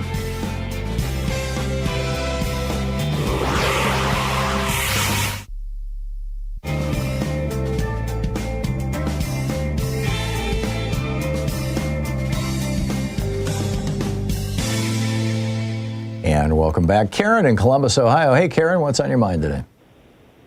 Hi, Tom. Thank you for taking my call. I want to reiterate something you said earlier about the attorney generals, and it seems to me like the attorney generals of our country at all levels are enabling a lot of this horrible stuff going on, especially with ICE. We had an article in our local paper, the Columbus Dispatch, last week, written by our auditor, our state auditor, Keith Faber, who is running for attorney general later this year in Ohio. And he said, and this is an exact quote, Renee Good wasn't an innocent. I won't tolerate lawlessness as Ohio attorney general. He will, however, allow himself to be judge and jury. He went on to repeat a lot of lies that were told about what happened to Renee Good. He went on to say, you have no reason to fear if you are in the United States legally. Apparently, he doesn't know any people of color. Yeah. It's just unconscionable for somebody who wants to be attorney general to come out and say things like that. Yeah, the chief law enforcement officer for the state. You're absolutely right. And tomorrow we are expecting ICE in Ohio to go after the Haitian population in Springfield, yep, as well as the Somali population in Columbus. Yep. And instead of calling out Trump for calling people filthy, dirty, and disgusting,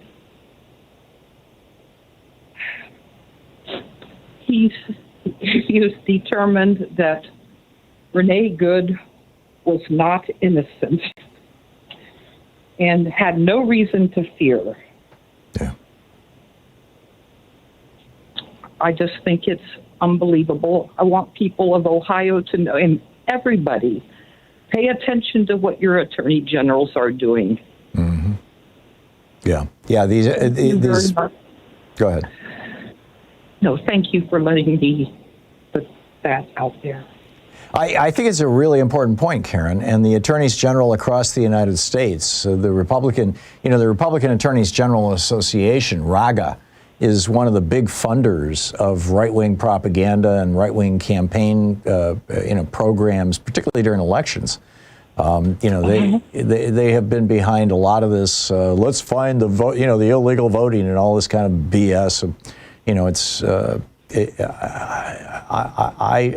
I did not know that your candidate for Attorney General there in Ohio had said that, but I'm not surprised by it. I am shocked, but I'm not surprised.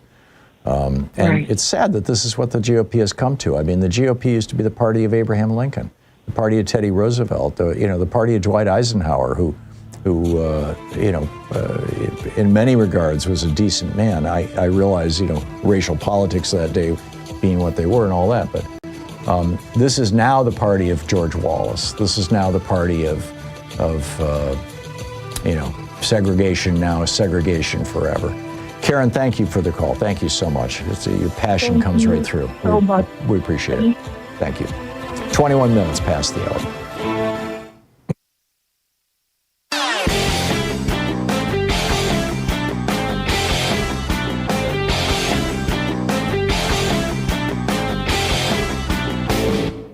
Missed my opening rant today? It's usually published over at HartmannReport.com, where you can read it and share it with your friends for free. Check it out, HartmannReport.com.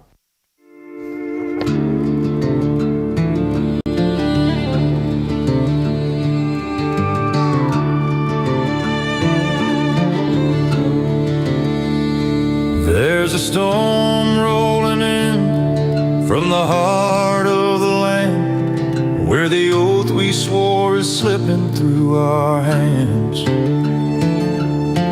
Veterans stand tall, but he calls for their fall, for speaking the law, for answering the call.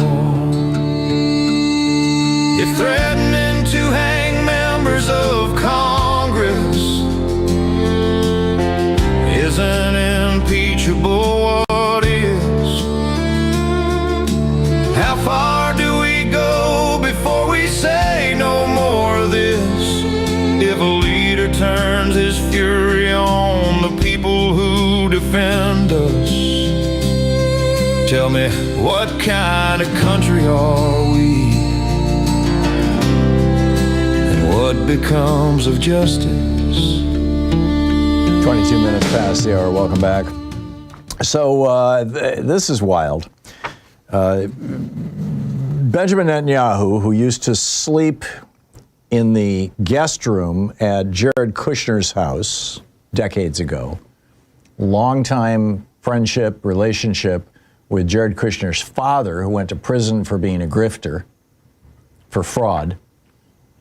Well, actually, he went to prison for sending a videotape, for hiring a hooker to have sex with his brother-in-law and sending the picture to his sister.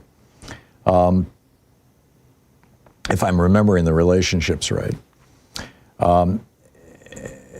Netanyahu bombs the crap out of Gaza, kills hundreds of thousands of people, mostly children, or certainly tens of thousands. I believe it's hundreds of thousands. I could be wrong. Look it up. but creates this slaughter, what the United Nations has called a genocide, and just lays waste to this area. 90% of the people there have lost their housing. They're freezing in the winter and in the rain in these tents and things. Children dying of pneumonia and hunger. And so, what an opportunity for some rich guys to come in and make some money, right? So Trump creates this so-called Board of Peace, which was envisioned in the agreement that was signed between Hamas and Israel for a ceasefire, for ending hostilities. And the Board of Peace has Trump as its president until the day he dies, and he gets to appoint his son as the subsequent president. It has on its board of directors Jared Kushner. And the Board of Peace is now taking, and it costs $1 billion to become a member of the Board of Peace. And the Saudis and the Emiratis and all these, corrupt oligarchies and dictatorships are lining up to give Donald Trump the money. And now Trump is saying, okay, great, you gave me the $1 billion, you're giving me all the money. Now, who wants to make some money here in Gaza? I mean, this is amazing. This company, Gotham's LLC is the name of the company, according to this report by Kate Brown and Aram Roston in The Guardian today. The headline is, U.S. contractor sent Gaza plan to White House that would secure 300% profits. And, the Austin, this is a company that's based out of Austin. They did the Alligator Alcatraz down in Florida. They did work on Alligator Alcatraz. So they have a history of contracting with and having a very good relationship with Republican right-wingers, Ron DeSantis, Donald Trump, et cetera. And this is going to be a $70 billion reconstruction project, according to the United Nations. Donald Trump has said this will be the Riviera of the Middle East. And Jared Kushner says there are amazing investment opportunities. That was what he said in Davos last week. He wants to rebuild this as the Mediterranean tourism and commerce hub, including 8 planned cities, a new port, and an advanced manufacturing hub. And so this company submits a proposal, and here, this is an actual quote from the proposal. The Board of Peace agrees to a minimum 3 times return on capital expenditure and exclusivity to the contractor for 7 years with a 3-year subsequent option period. So we bring in $100 billion of construction, or $100 million in construction, and we are guaranteed a $300 million return on our investment. And nobody can compete with us for 7 years with a 3-year option. For 10 years, basically. I mean, this doesn't even qualify as cronyism. This is just a whole different category altogether if this report is true. It's incredible. Meanwhile, in France, the cops just raided Elon Musk's offices over at X. I'll tell you about that on the other side of the break, and I will pick up your calls. Stay with us. You're listening to the Thom Hartmann Program. Call 202-808-9925. Up next, David in Tulsa and Robert in Algonquin, Illinois. We'll continue with your calls in just a minute.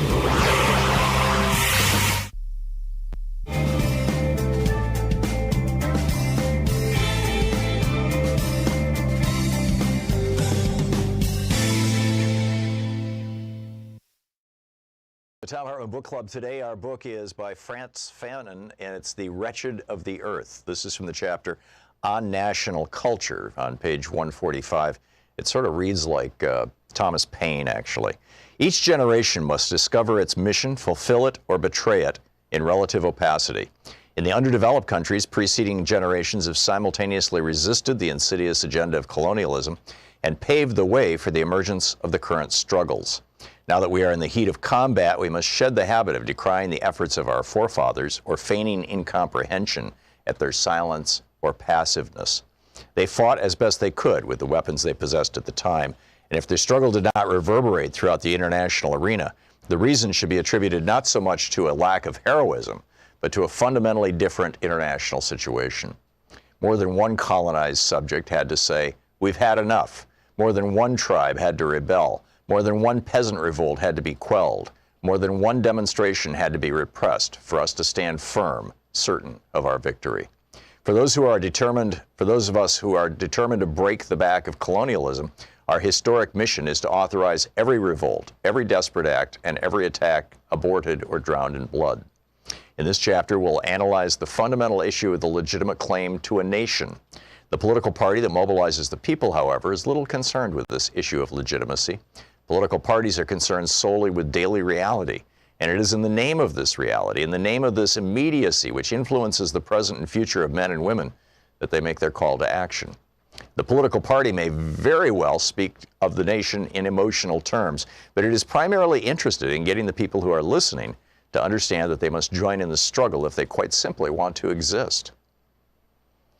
We now know that in the first phase of the national struggle, colonialism attempts to diffuse nationalist demands by manipulating economic doctrine. At the first sign of a dispute, colonialism feigns comprehension by acknowledging with ostentatious humility that the territory is suffering from serious underdevelopment that requires major social and economic reforms.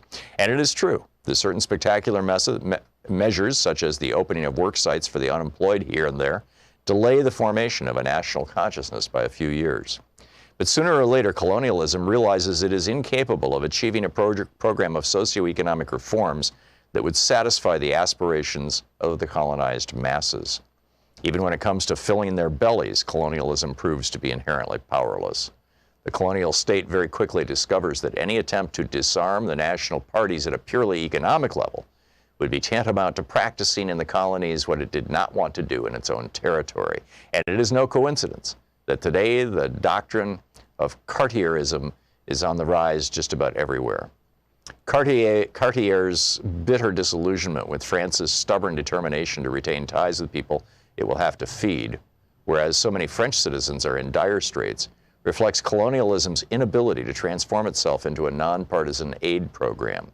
Hence, once again, no need to waste time repeating, better to go hungry with dignity than to eat one's fill in slavery. On the contrary, we must persuade ourselves that colonialism is incapable of procuring for colonized people the material conditions likely to make them forget their quest for dignity. Once colonialism is understood where its social reform tactics would lead it, back come the old reflexes of adding police reinforcements, dispatching troops, and establishing a regime of terror better suited to its interests and its psychology. Within the political parties, or rather parallel to them, we find the cultured class of colonized intellectuals. The recognition of a national culture and its right to exist represent their favorite stomping ground.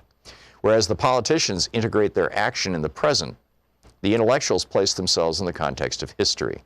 Faced with the colonized intellectuals' debunking of the colonist theory of a pre-colonial barbarism, colonialism's response is mute. It is especially mute since the ideas put forward by the young colonized intelligentsia are widely accepted by metropolitan specialists. It is in fact now commonly recognized that for several decades, numerous European researchers have widely rehabilitated African, Mexican, and Peruvian civilizations. Some have been surprised by the passion invested by the colonized intellectuals in their defense of a national culture. But those who consider this passion exaggerated are strangely apt to forget that their psyches and their egos are conveniently safeguarded by the French or German culture whose worth has been proven and which has gone unchallenged. I concede the fact that the actual existence of an Aztec civilization has done little to change the diet of today's Mexican peasant.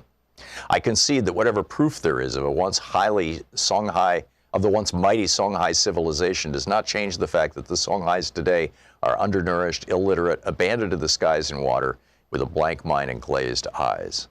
But as we have said on several occasions, this passionate quest for a national culture prior to the colonial era can be justified by the colonized intellectuals' shared interest in stepping back and taking a hard look at the Western culture in which they risk becoming ensnared.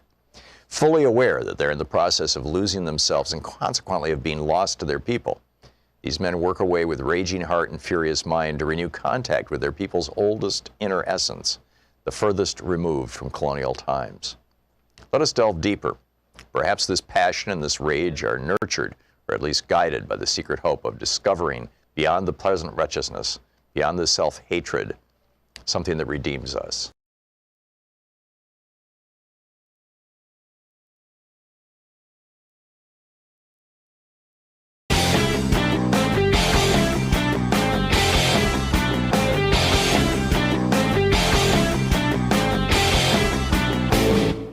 Share the Thom Hartmann program with your friends. Our podcast, The Hartmann Report, is absolutely free and available wherever fine podcasts are available. And the entire 3-hour podcast is available over at thomhartmann.com. So between his tax cuts and crashing the debt ceiling and shifting billions of Treasury dollars into crypto and tariffs and all this other stuff, Trump is threatening to crash our economy. And he doesn't seem to be particularly worried about that. Why would that be? Well, first off, economic disasters are great excuses to cut taxes. Both Reagan and George W. Bush used recessions as their excuse to stimulate the economy by cutting trillions from the taxes of billionaires. Secondly, economic crises increase the tolerance for strongman governments. Hitler rode to power in Europe based on the Great Depression. And third, billionaires make a fortune when there's a market crash, because they can buy all the stock that average people are trying to unload from their 401ks to pay the damn rent. There's a whole article about this that lays the whole thing out over at HartmannReport.com. It's titled Crashing the Economy, Trump's Blueprint for Power and Profit. Check it out.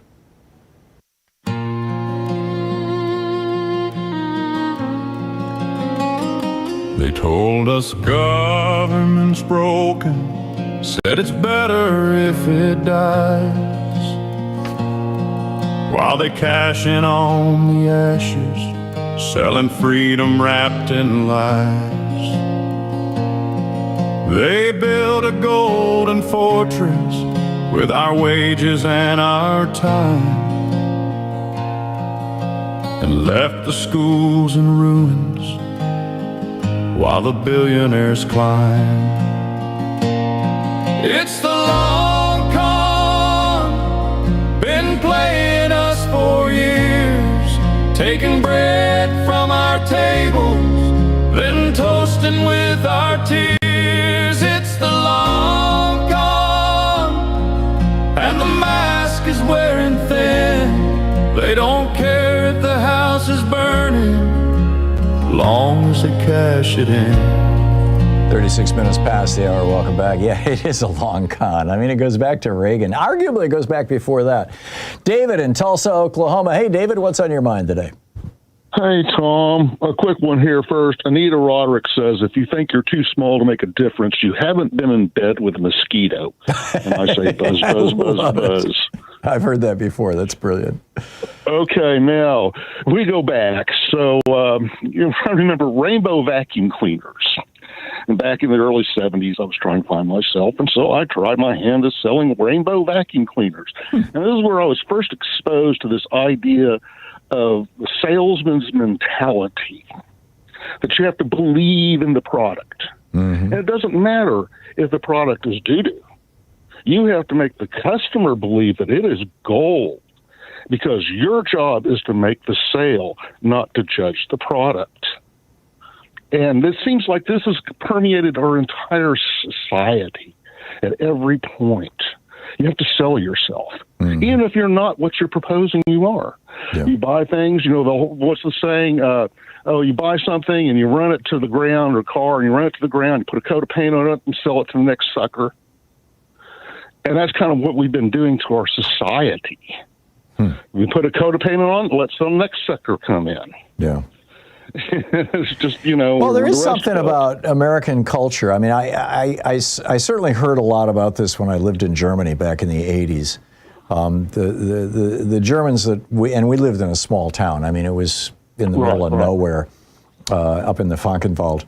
And so, we were getting opinions from people who mostly had never been outside of Germany, or at least outside of Europe.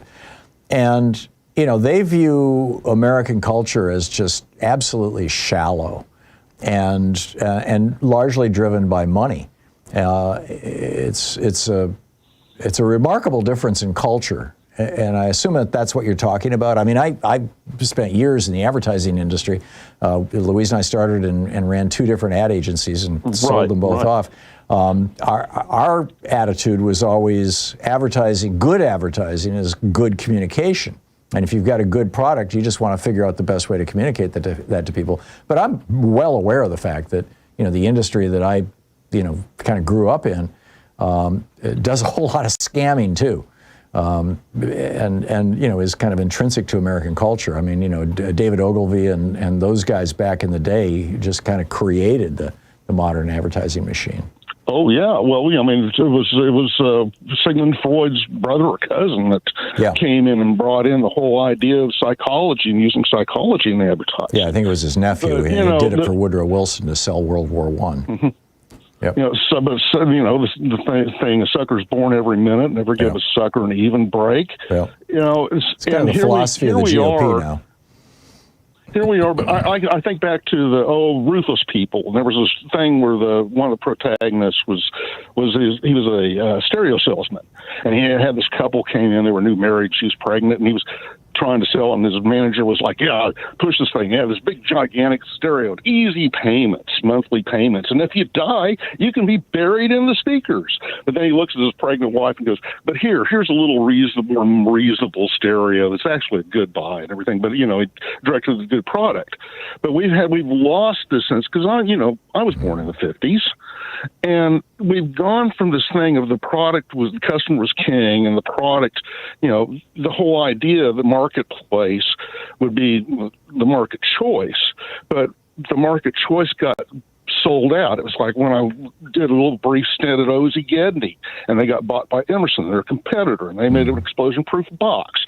And Emerson, they were owned by Gallup Signal, who sold them to Emerson. Emerson went in, and when I came in, they were destroying the drawings and the actual molds that the box that Ozzie Gedney made. And you would think, oh, well, you bought the company. Well, you would enroll in this product into your inventory. But no, this was actually just deliberate, in your face. Hey, we got it. We're going to. It was too high quality. We now have the monopoly, so we're gonna dumb down the product. That's amazing. Exactly, David. I gotta move along. But let me end with one quote. Sure. Quick quote.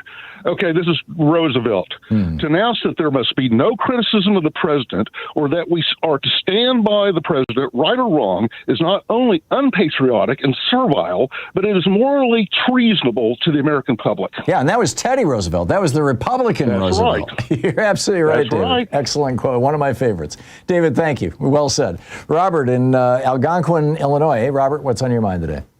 Hi, Tom. It's been a long time, Tom. What was on my mind was this vote that was going on today in the House, but I see that it failed. Kind of passed. Did it fail? I thought so. I thought I was watching the Chiron on MSNBC, and it looked like they lost by, they had 2 Republicans who voted no. This was to come up with a funding package for ICE. And a 2-week extension. Oh, was it the 2-week extension that they were voting on? They were voting on that section of it because it was 5 bills, the funding package for the year. Right. But that was stopped, and they wanted to get do something about this ICE. Yeah. History has rhymed here. Yeah, I'm looking at Drudge. I'm not seeing anything. And look at the Washington Post and see if they've got anything about it. Apparently it hasn't hit the newspapers yet. Oh, here it is. House vote on reopening government, extending ICE funding. This was a procedural package. Mm-hmm. Go ahead. Well, House Democrats said they wouldn't help Mike Johnson kick off the process. Procedural vote, all Democrat, The vote was nearly derailed by last-minute opposition from a few Republicans who ultimately acquiesced after more than 30 minutes of arm twisting. Okay, so I stand corrected. You're right. It passed. Luna and Burkett wanted to put stuff into adding the SAVE Act because they met with Felon Pedo last night, and they want. I'm afraid I was on an Indivisible call this morning. And one of the women that works in D.C. had said that they put a couple of sentences in there to start a foundation for nationalizing votes. Yeah. And she said it's hard to find, but call your reps and senators. Since I live in Illinois, and my rep is Schakowsky, and 2 senators are Durbin and I always forget her name. I don't know why I always forget her name. Duckworth. Yeah. But so I did call them, and I hope that red states, whoever is Luna and Burchett, that they can't. I understand about voting rights, and we all need. But we don't need to show passports, and because if you have a driver's license, you have to be 18 to vote. Yeah. And now with Felon going into Atlanta, into Fulton County, taking all the what was. He's trying to rewrite history. He's trying to make this. Absolutely. And it used to be just, all you needed to show was a utility bill to vote, if that. They would compare your signature, which is, by the way, biometric data that's really hard to fake. But, there is no election fraud, or there is no voter fraud problem in the United States. Increasingly, though, the Republicans are creating an election fraud problem. Well, that's what started 1-6, and anybody that Felon from 1968 on, I can't agree with them. I have neighbors that are all in on it, and they don't see nothing wrong with what ICE is doing. And after the murders, there's been 8, and I've got a whole list of people here. Yeah. No, anyway, Tom, it's wild thanks for doing what you're doing, and thank you, Robert. Thanks for watching us on Substack, too. I appreciate it. I got to run. Thank you. You're listening to Thom Hartmann. Visit ThomHartmann.com for audio and video archives. It's the place where we dare to ask, is Walmart a person? And we dare to say, no, come on, give me a break. The right-wingers on the Supreme Court lied about that one, too.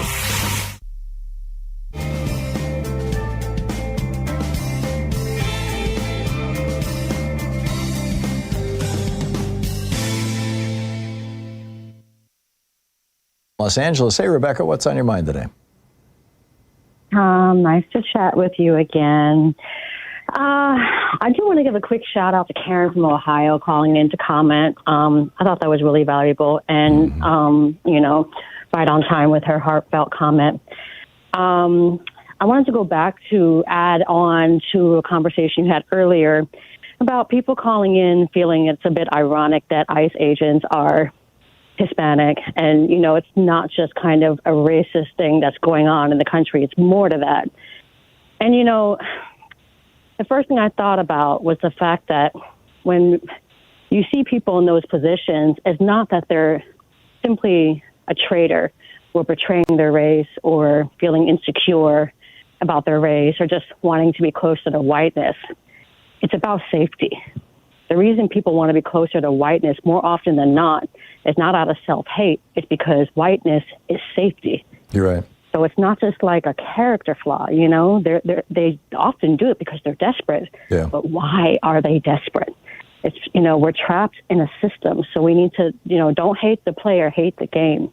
Mm-hmm. And, we're all swimming in like this white supremacist capitalist system. Mm-hmm. So, when we talk about the individuals who chose these positions, we're looking at the traitors, we're looking in the wrong direction, and a lot of the time people of color have no good choices. So, this white supremacist capitalism is where we need to keep the focus, which is ultimately the psychotic child of imperialism.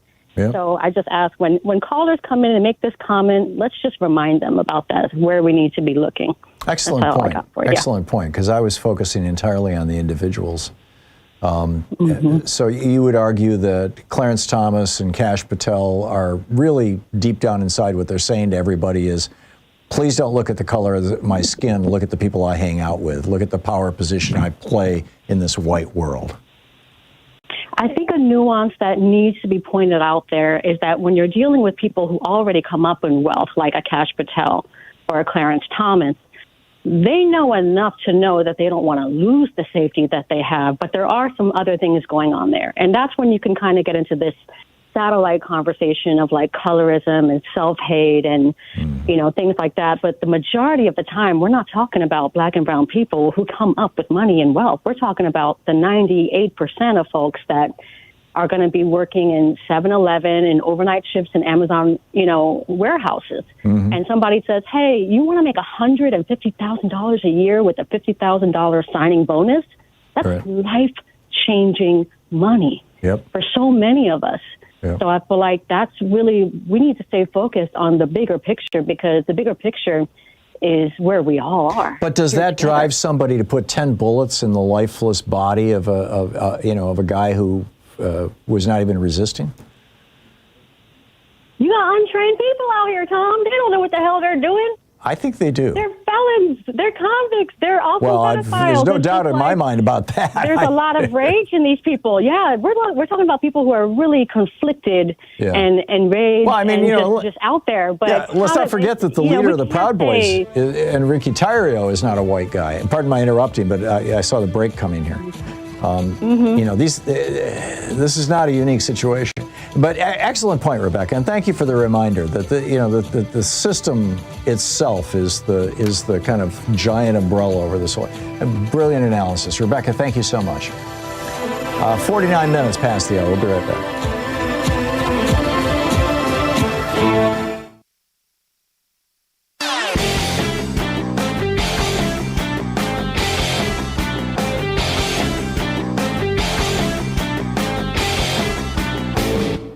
Hey, thanks so much for sharing our program and for reaching out to our stations and sponsors and letting them know that you're listening. It really means a lot to us. So what do we call the really, really mind-bogglingly rich? At the founding of the Republic, they were referred to as speculators or moneyed interest or aristocrats. In the years leading up to the Civil War, we called them the cotton lords and the plantation aristocracy. In the late 19th century, they were the robber barons. In the 1930s, FDR called them the economic royalists. But since the Reagan Revolution, we've just called them billionaires. And now, some of them want to call themselves tech bros. Like, that's kind of a good thing, like tech is positive and bros, like Mark Zuckerberg saying we need more masculine energy in American business culture. So we need a new phrase. I would like to suggest the morbidly rich. Morbidly suggests unhealthy. And the vast riches that some of these people have is unhealthy to our democracy, particularly since 5 Republicans on the Supreme Court said that morbidly rich people can buy politicians. And it's unhealthy for them, too. So morbidly rich. There's an op-ed over at HartmannReport.com all about it. Check it out.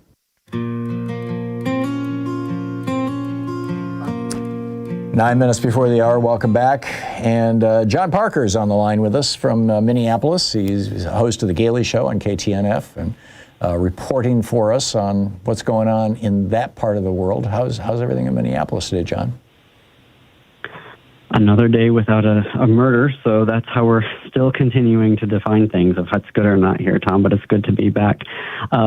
Interesting news coming out of the Hennepin County Attorney's Office. So Mary Moriarty has officially served DOJ and Department of Homeland Security with TUI letters.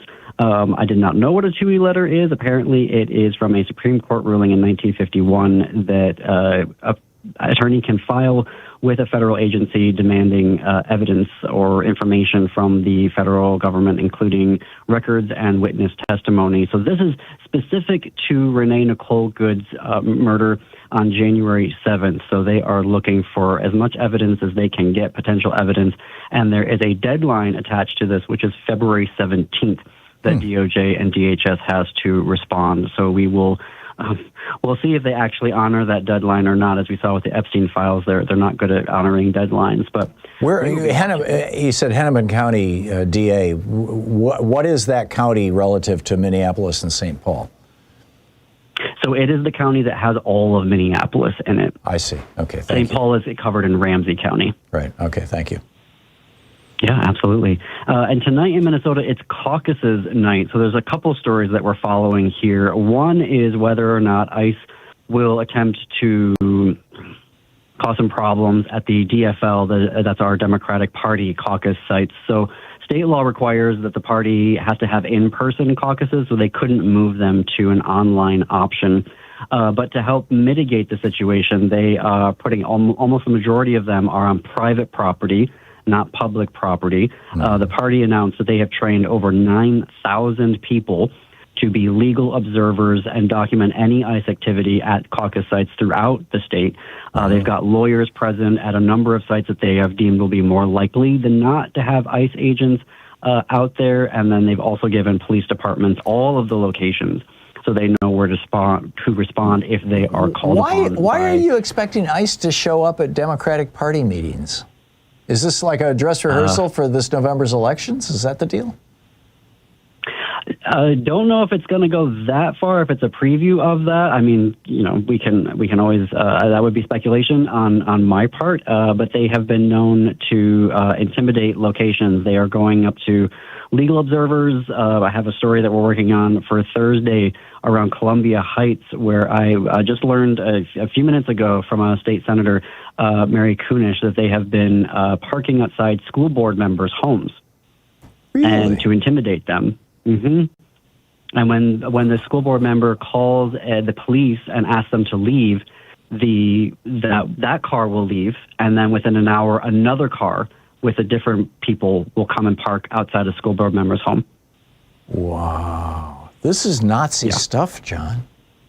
Mm-hmm. I mean, this is seriously Nazi stuff. This is, the state will intimidate you. You will comply. This is friggin' Nazi stuff. Yeah. Wow. So that's why they are concerned about what they would do around the Democratic sites tonight. Incredible. Yeah. The other story we're watching out of tonight's caucuses is how, if at all, Operation Metro Surge will impact the nomination for governor. So the Republican members of the party will cast preference ballots tonight. There are 12 candidates running. Again, one of the top contenders actually dropped out 2 days after Alex Preddy's murder.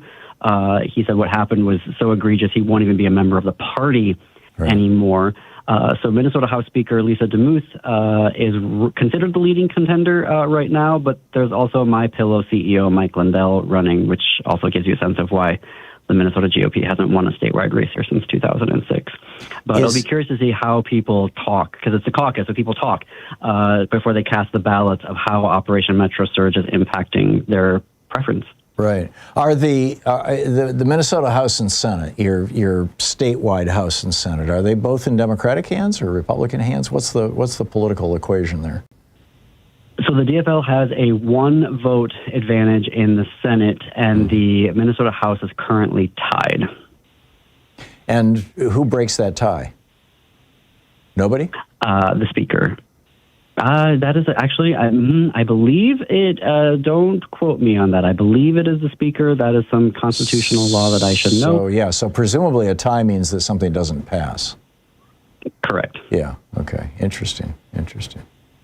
Huh. Which is why a lot of folks aren't expecting much action to happen over this legislative session, which starts on February 17th. Minnesota has a part-time legislature, but we are, when a candidate from the GOP drops out and says he's not going to be a member of the party anymore, maybe in the House there will be one Republican who will side with the DFL on at least 1 or 2 pieces of legislation. But again, some of us just aren't holding our breath for that. Well, increasingly, these people are afraid that they're going to have people show up and set their houses on fire or, harass them or chase their children or whatever. I mean, it's getting pretty brutal out there.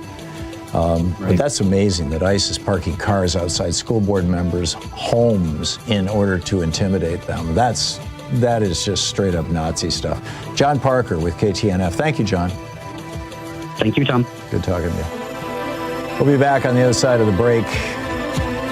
Cops in France are going after Elon. I'll tell you about that. You're listening to Thom Hartmann.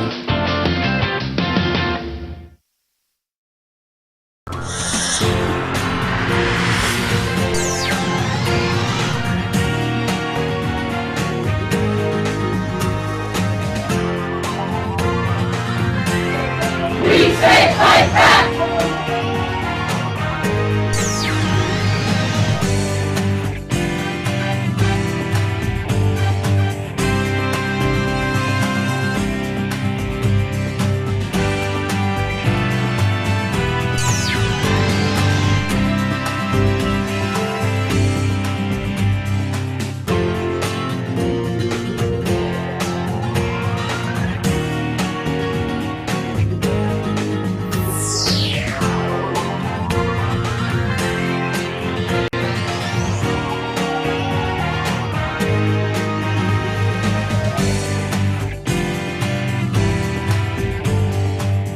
Today in the Thom Hartmann Book Club is The Decadent Society, How We Became the Victims of Our Own Success by Russ Douthat, a New York Times columnist. And this is from, it's about the middle of his first chapter. This is a subchapter titled The Limits of Neoliberalism. There's no shortage of theories to explain this great stagnation, to borrow a phrase from one of the theorizers, the George Mason University economist Tyler Cowen. And there's also no need to simply choose between them. Like most broad trends, the economic decadence of the developed world is overdetermined, and almost every serious attempt at explanation will contain some element of truth. The most politically appealing theories, the ones animating our populist and socialist insurgencies, tend to blame neoliberalism itself, claiming that the medicine for 1970s stagflation has proven to be poisonous in large doses.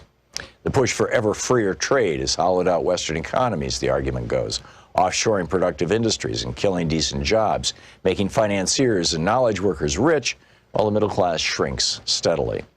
Meanwhile, low tax rates intended to spur investment have enabled the rich to keep more of their gains while starving the programs required to protect the poor and boost the working classes.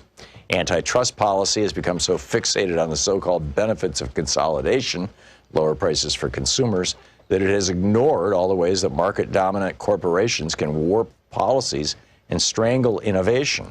And anti-inflationary policies, forged to counteract a crisis that's now generations behind us, have been adopted as a dogma that's now by the West's financial and political elite, which demands fiscal austerity under every circumstance and deprives struggling economies of the cash they need to grow.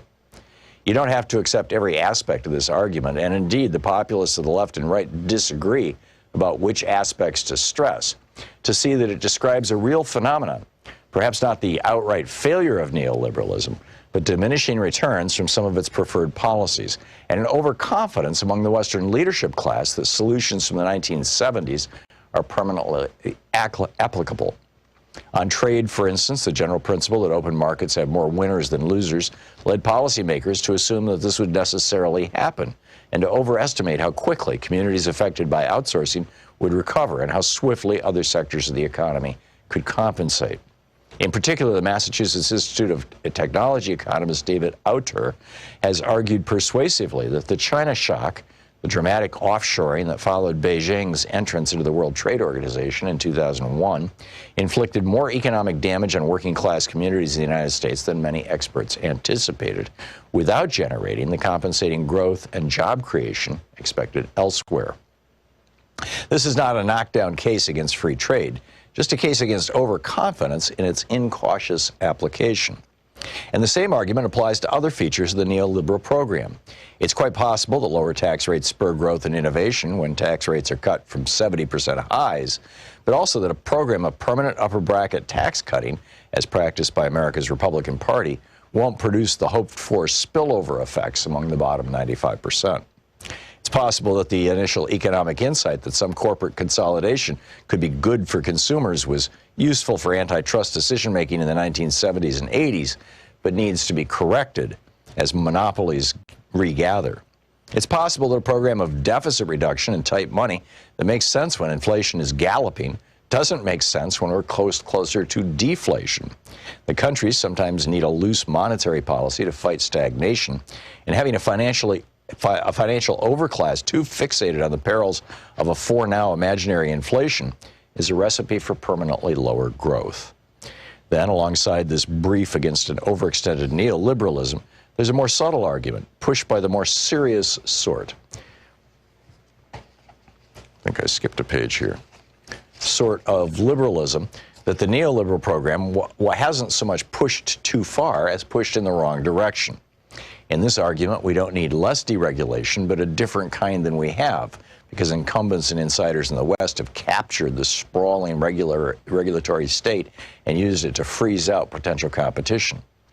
The age of stagnation, according to this theory, is the fruit of what Brink Lindsay of the Niskenson Institute and Stephen Tellez of Johns Hopkins University describe as a captured economy, in which everything from land use rules to exclusionary zoning to occupational licensing to ever-expanding intellectual property protections to corporate subsidies and tax breaks, all converge to create a system that's basically the worst of socialism and the worst of capitalism conjoined. Plutocratic and sclerotic, overregulated and undertaxed, with an upper class enriching itself off rents rather than innovation, and a service class that can't advance beyond its station. The overlap between this more libertarian argument and the left-wing critique of neoliberalism is apparent in one of the texts of the post-financial crisis left, French economist Thomas Piketty's 2013 tome Capital in the 21st Century, which mined centuries worth of statistics to argue that capitalism inherently makes the rich richer because returns on capital will always be higher than simple economic growth unless some powerful force intervenes. The forces that intervened in the 20th century were the Great Depression and 2 world wars, which not only provided the impetus for massive government interventions, but destroyed outright a great deal of capitalist wealth. The book is The Decadent Society by Russ Douthat.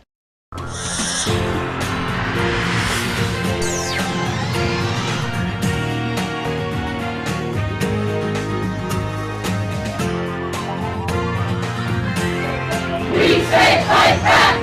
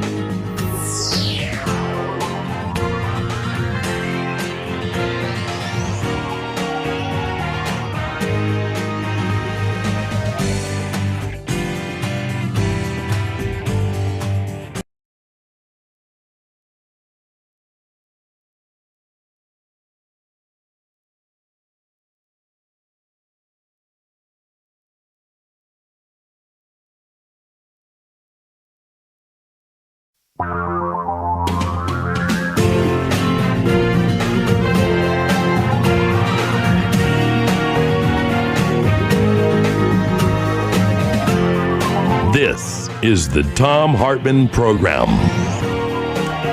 Welcome to the third hour of our program. Boy, this thing with Nancy Guthrie, Savannah Guthrie's mother, is just like totally weird. Missing from her home in, I think it's Tempe, Arizona. I don't get it. Anyway, I guess we'll all find out, won't we? Over in France, the French police have raided Elon Musk's company's offices. This is the media platform X, formerly known as Twitter. That happened this morning. This is a criminal investigation. What they are looking at, France, like most countries, has some pretty strong laws making it illegal to produce child pornography or in the case of Europe, many of the European countries, in the case of France, images or memes that deny the Holocaust. And, Grok got reprogrammed, presumably by Musk, to kind of pitch anti-Semitic and Holocaust denial kind of stuff, kind of Nazi-adjacent stuff, not quite full Nazi, but, and Grok has said some pretty, eyebrow-raising things before it got, taught to be civil, but whatever. It's what it's done is enough to cause the French to say, okay, that's it. And this is kind of a follow-on. It was actually last summer that Grok was going all anti-Semitic, all anti-Jew, and kind of echoing Nazi talking points, which. Elon Musk, who does the Nazi salute. I mean, he did it twice when he was campaigning for Trump. Sigh, seems to be fairly fond of these things.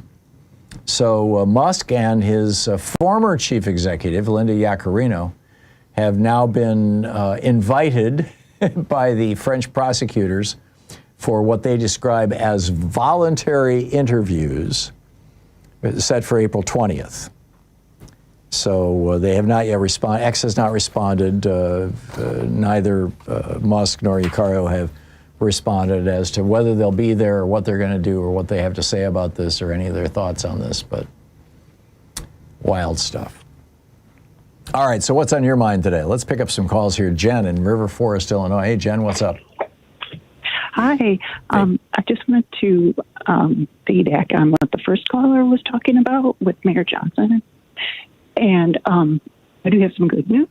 Mm-hmm. He actually signed what is called the ICE on notice order, executive order, which means that the Chicago police can go after and investigate any wrongdoings or misdeeds or alleged misdeeds by ICE.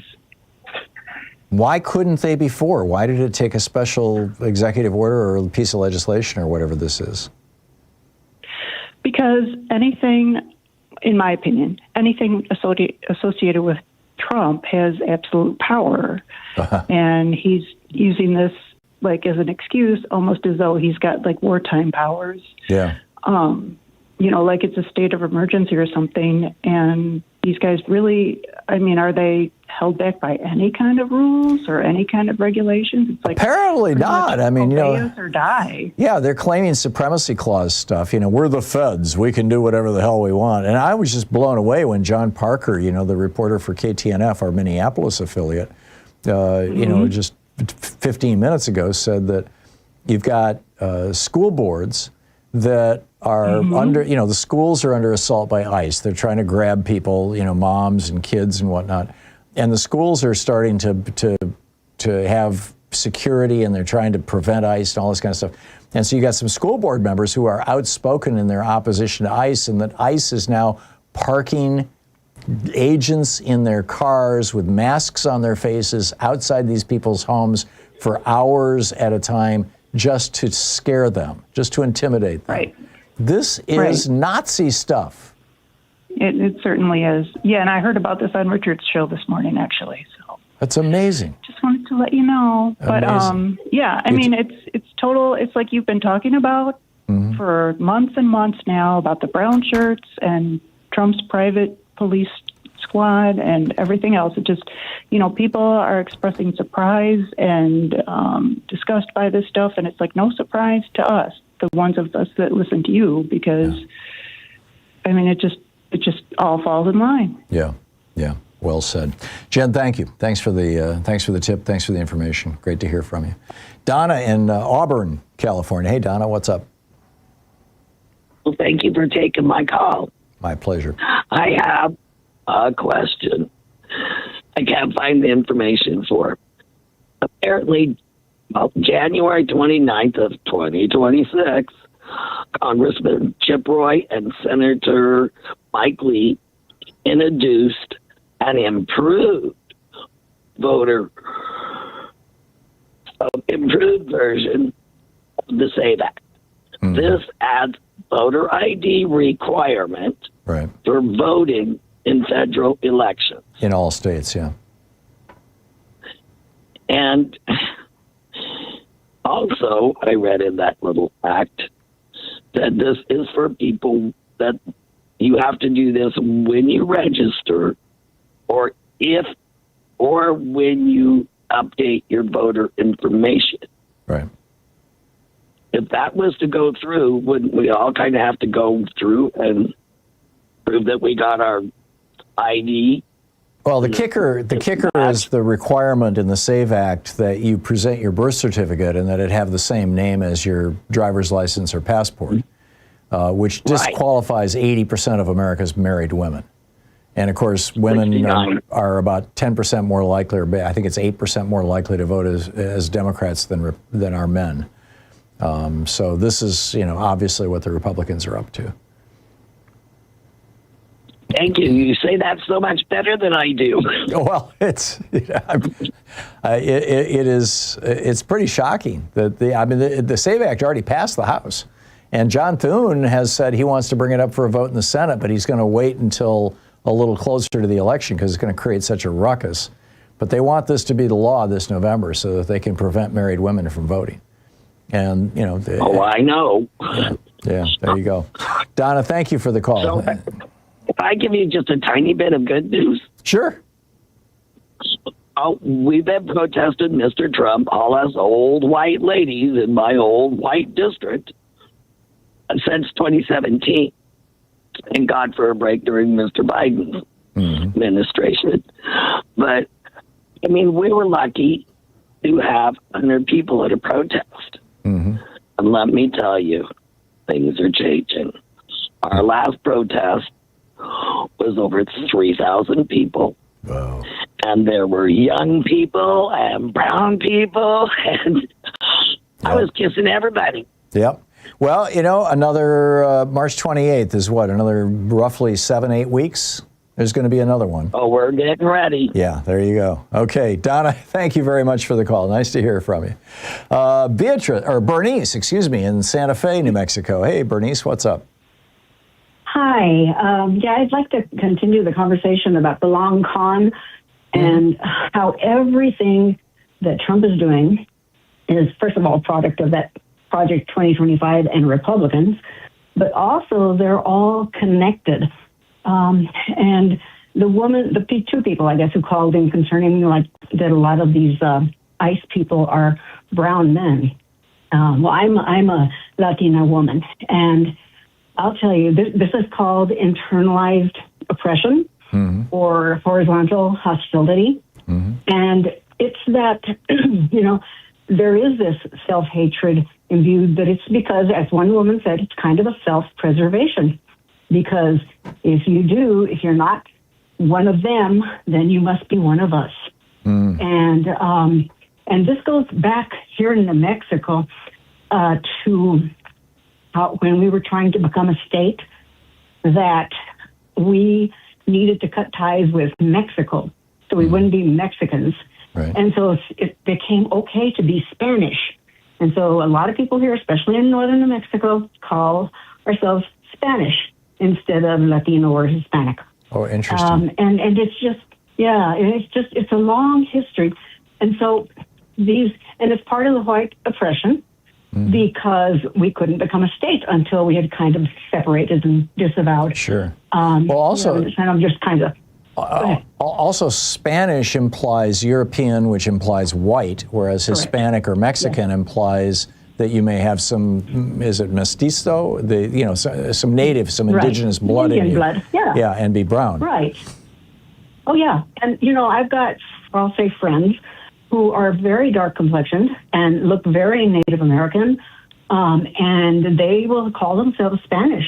And so, because they don't want to be Mexican because that is considered something bad. Yeah. And, I'm very white looking. I just happen to have come out with light eyes and light hair, light skin. And so all my life I've heard, oh, you must be Spanish, not Mexican. And, it's quite an insult to me because I know, in fact, we did the DNA and there's 30% of my blood is Indian, as most of us here in northern Mexico are, and probably gets a higher ratio down south. Yeah. But, so the colorism and the internalized oppression, it's real. And it all kind of fits into this whole thing of let's use these people to go against their own people. And it's huge. Yeah. Yeah. Makes perfect sense. Bernice, thank you for sharing your perspective. Yeah. Okay.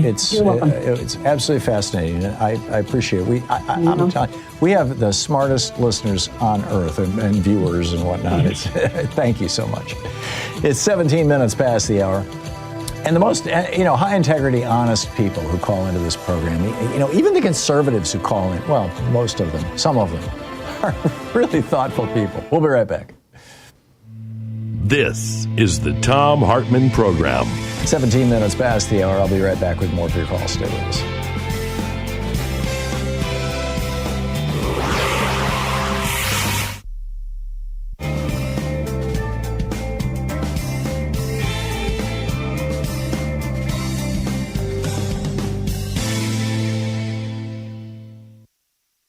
And welcome back, Susan in Caldwell, Idaho. Hey, Susan, what's up?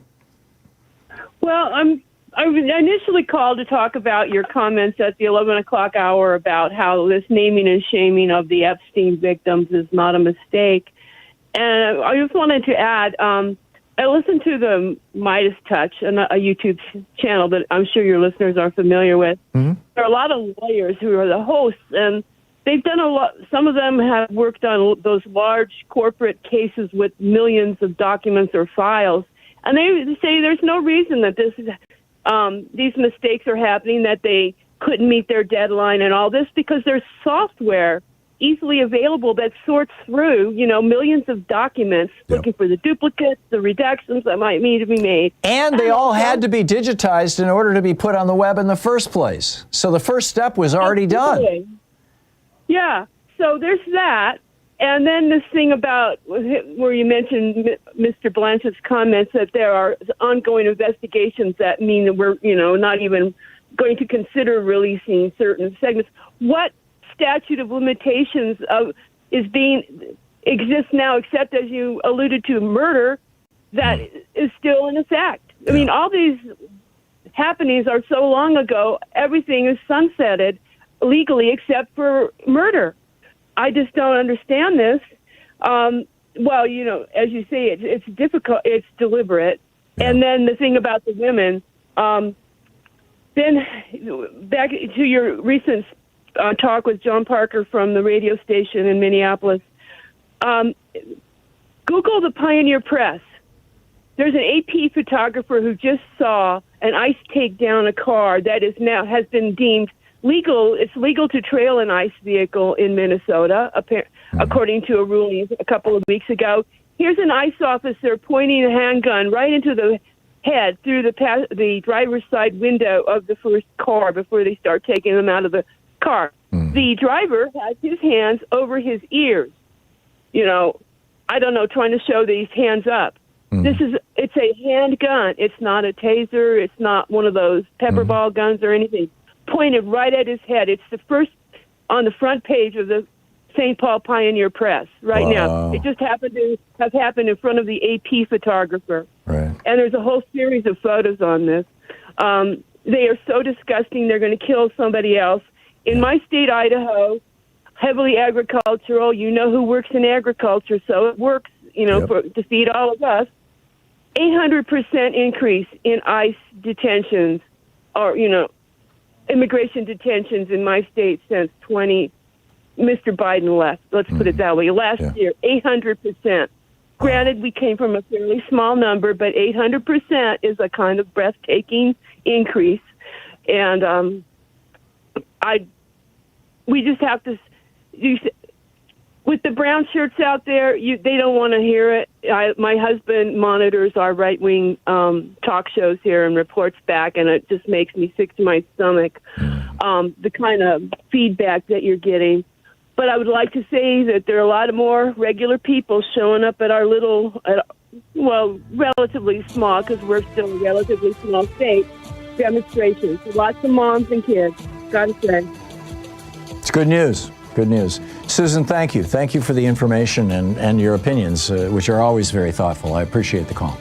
It's 21 minutes, almost 22 minutes past the hour. I'll be back with more of your calls in just 1 minute. Stay with me.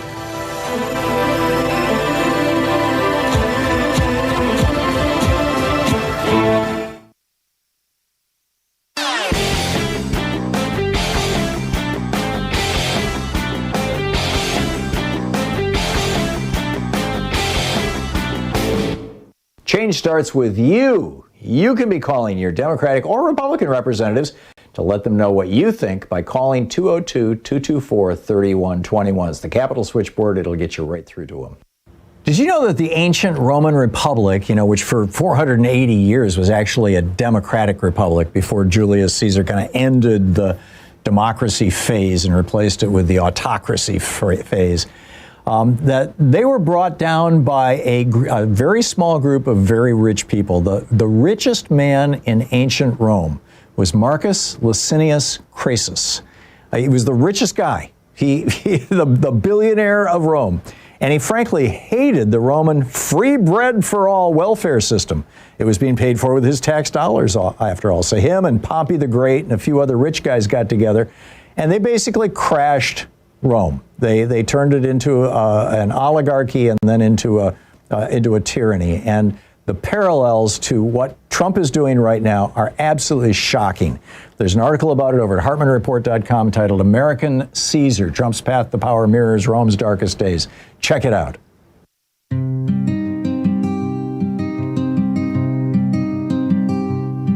He stacked the courts with bought-out men to drag us back to God knows when. Rights erased with the stroke of a pen. While fascist fists rise up again, he grins while mobs in camo gear scream his name and march with fear. You cheer the chaos, call it liberation, but it's tyranny clear on Trump's eve of devastation.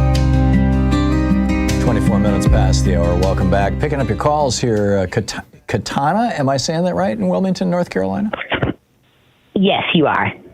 What's on your mind today, Katana?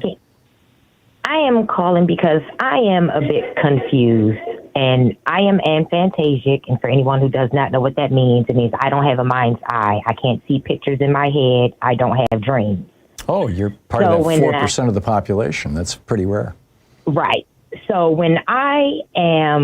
with everything that Trump is doing, I'm confused on the confusion that he has some special implied powers. He's some soul organ from the George Sutherland decision that's been wrecking this country since he gave it in the 1920s, because the Articles of Confederation say something different. The history shows something different. And the definition of the word enumerated means something different. And I feel like I'm being gaslit by the entire country because I don't see the pretty pictures. All I have are your words that you put on the paper and the history that you wrote out for me. And so I don't see where George Sutherland says that the president has some special powers from the king, because the special powers that he talks about, the Articles of Confederation, the Council of 13 states practice those things. They practice foreign affairs. Pardons. Regular people got pardons. We pardon people all the time from the jury box in our personal lives. There is no special power. So where is this dragon eggs coming from? Well, it's the pardon power is not in the Articles of Confederation, which have not been the ruling document for this country since 1789. They're in the Constitution. It's in Article 2 of the Constitution that the president has the pardon power. What am I missing in your question? But my question is since everything was enumerated out, and even because our SCOTUS, since the Constitution has said that, has acted as the pardon is some special thing that only the president can do, but it's not, because the people do that all the time. So I don't know where this dragon eggs of power that they pull from the George Sutherland decision to now, with that he can say whatever he wants. He can ignore Congress because he has this immunity and these special powers. I get it. Katana, what is the George Sutherland decision? Forgive my ignorance. But the Curtis Wright decision from 1923. I'm not familiar with that. Oh, that was the original decision that gave us the president as sole organ. Huh. So I will have to look it up, Katana. I'm sorry. No problem. You've exceeded my knowledge. Thank you for the call. My apologies, then. No, it's all good. It's on me, not you. Thank you so much for the call. 27 minutes past the hour. We'll be back with more of your calls in just a minute. You're listening to the Thom Hartmann program. Call 202-808-9925. Exposing the con in conservative. I'll be right back with you.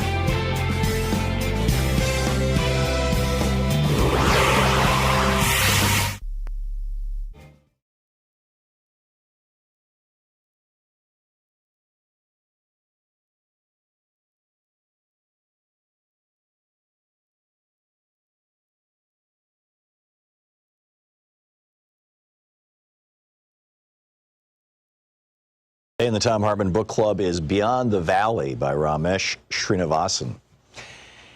This is from Chapter 1, The Power of Data. In November 2017, my Apple MacBook Pro was stolen. It happened on the island of Ibiza where I was visiting my friend, a documentary filmmaker.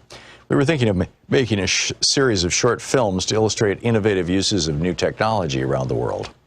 We sat together writing down examples of technological innovation, subversion, and creativity we'd already witnessed. We discussed themes I explore in this book, such as surveillance, the gig economy, and the future of work, artificial intelligence, and cryptocurrencies. After uploading our ideas to Google's cloud-based storage platform, Google Drive, we took a short break, locking our laptops in the trunk of our rented car. When we returned, both laptops were gone. Although upset, I was also relieved. I'd be able to recover most of my data because almost all of it was in the cloud. That was what I signed on to when I stored my files with Google as well as with Apple, Microsoft, and Dropbox. But in the bargain, I'd allowed them to profit from my data. It dawned on me, given the terms of service I'd agreed to, that the value of the data of my data to the storage companies was far greater than the value of my laptop to the thief.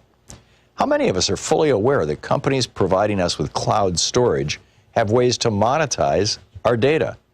They use targeted advertising, for instance, and charge fees once we get hooked on the security and peace of mind that their free services offer. We put faith in these companies to store our files securely. But our private information may no longer remain private if, let's say, the government asks to search through our data. It's also not private because all this data is surveilled, computed, and often manipulated in mysterious ways to influence and shape our behaviors as these corporations see fit. By creating accounts with these companies, we give them access to ourselves. So when we consent to privacy policies, in reality, we're signing on to systems of surveillance never before seen in human history. And we do so without being included or consulted. By desiring to keep our data accessible and recoverable, we lock ourselves into using their services. As I thought about getting my files back in Ibiza, I wondered, does access to my own property have to come with such strings attached? In my relationship to Apple, I find the strings impossible to untie. By purchasing an Apple laptop, I had unwittingly transformed from a customer into a part of the company's product line. I had provided Apple with private data and trusted Apple to protect it. Now, to retrieve that data, I had to purchase a new laptop with Apple-owned peripherals and devices. So I caught the next flight to Madrid. I then took the train to the city's Apple store located in Puerto del Sol. In many ways, this central plaza still serves in its centuries-old role as a landmark and gathering place for the entire Spanish nation, a point from which numerous roads emanate. With its distinctive aesthetic and its strategic placement in a civic space, the Apple Store stood out among the adjacent parliamentary and government buildings as if the global brand were more powerful than Spain itself. The day I was there, more people entered and left the Apple Store than passed through the doors of my neighboring building. In 2017, Apple, a private corporation worth more than $1 trillion, actually began to conceptualize its retail stores as town squares, thereby branding itself an integral part of our everyday lives. Other big technology corporations describe themselves in similar terms. Facebook CEO and founder Mark Zuckerberg, for instance, refers to the company as a social infrastructure for the global community. So what we have in the digital world are privately owned public spheres. They're branded as public, civic, and virtuous, but in reality are dominated by a single logic, extending profitability and economic value. How can these companies' interests be the same as the public interest? Like many other large corporations, Apple is shareholder-owned and therefore primarily accountable to its investors and executives, rather than to its employees, customers, or the general public. I had not begun to unpack the meaning of all this until I realized how monumental the Puerto del Sol Apple Store actually was, as an icon and a structure. As I walked into the store, an Apple employee invited me to purchase a new machine, log on to my iCloud account, and retrieve from Apple Cloud Storage the data that I lost from my stolen laptop. These transactions, completed in less than an hour, were simple and efficient. My data was extraterritorial, easily retrievable in Spain, and likely would be in most other countries. Purchasing a new laptop and getting my data back supported Apple's economic model. National borders were no threat or hindrance. The same was true with retrieving data I had stored on other corporate cloud servers managed by Google and Dropbox. In technology circles, this saying has made the rounds. If you're not the customer, then you're the product. Many of today's technologies come to us for free, but in return, our personal lives come for free to these technologies. But they are accessible for the company's profit and gain. Yes, when we search Google, we look for information, but do we realize that Google is also searching us? Users, and it goes on from there. So the book is Beyond the Valley by Ramesh Srinivasan.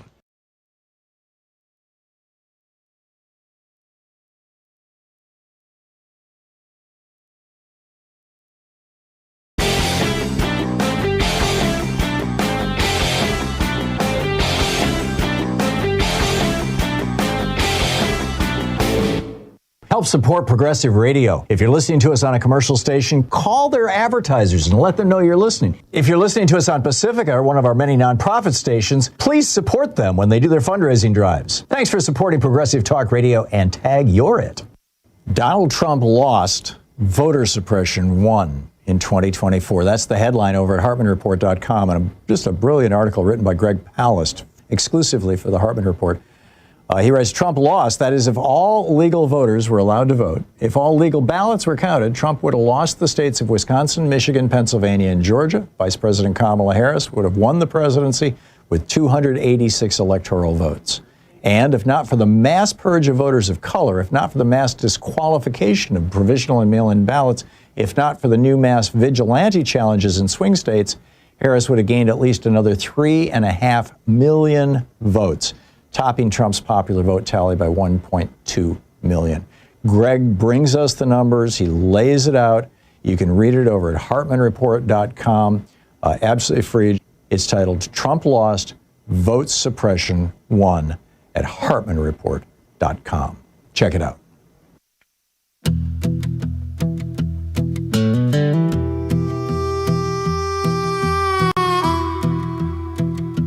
Every 80 years it comes around.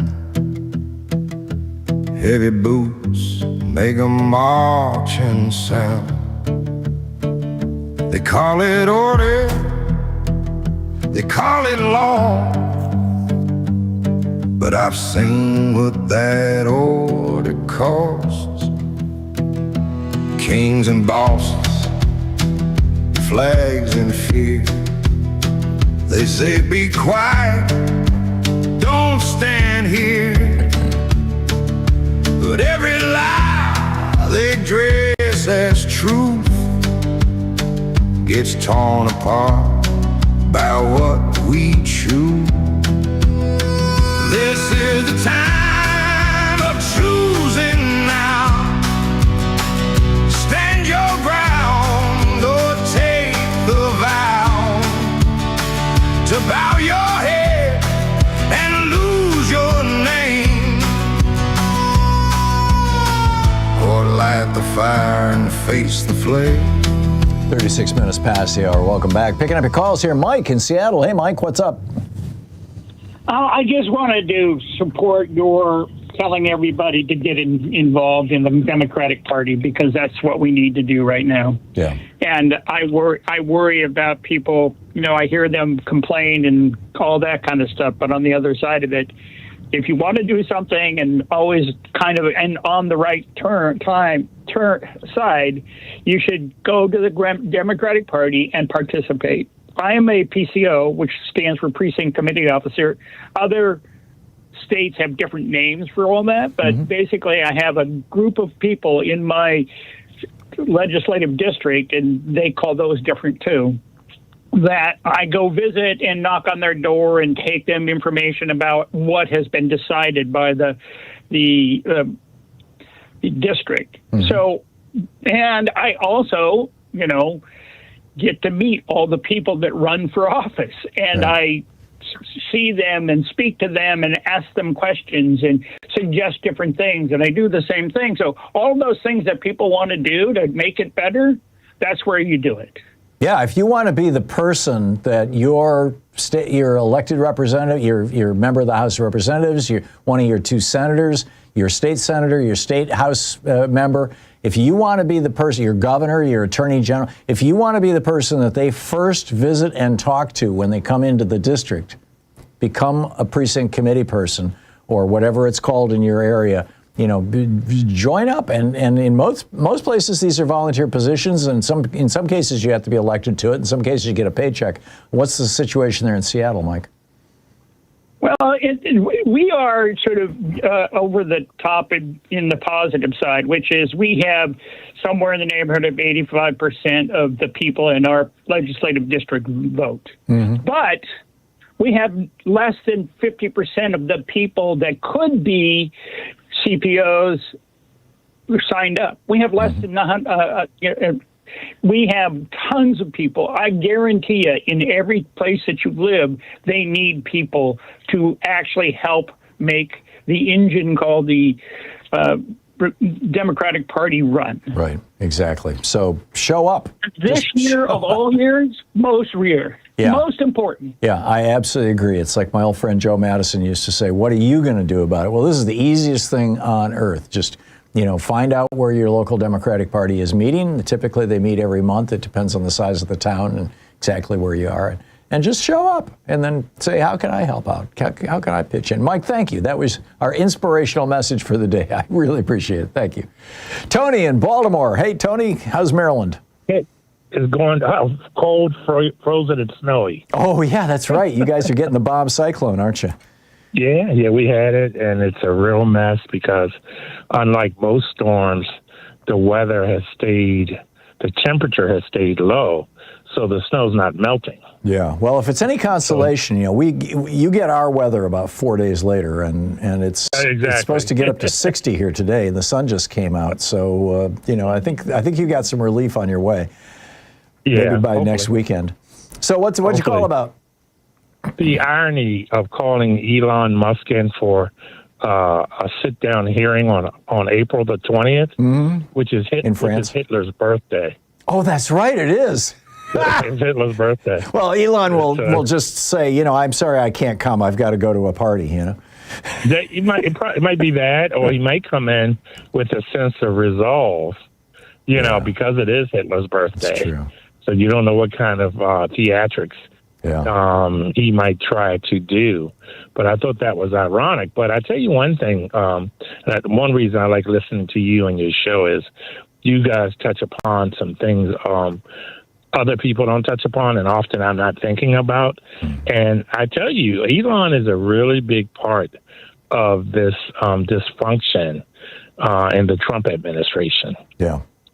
So, if you go back and look at how he played a role in fixing these elections, and then also if you look at what he did with the information that he got from different government agents. His boys have now stolen our Social Security information. Everything. God only knows where that is. And Elon himself will tell you that without his money, without his help, Donald Trump wouldn't be president right now. He said it a few times, and that's one reason he was given carte blanche. But you called it correctly. You and others said once he starts to shine too much, then Trump's going to kick him out of the inner circle. Yep. And, he started bringing his kid to every meeting, and, it really got to be more so Trump was in that second position. They got rid of him. Yeah. So I think that's something that would be interesting if we focus on Elon Musk as well, especially now that we're seeing that he had some contact with Epstein. Yeah. Apparently quite a bit of contact. Correct. It's so. Yeah. Okay, Tony. Thank you. It was brilliant. Thank you for pointing all that out. David in Woodland Hills, California. Hey, David, what's on your mind today?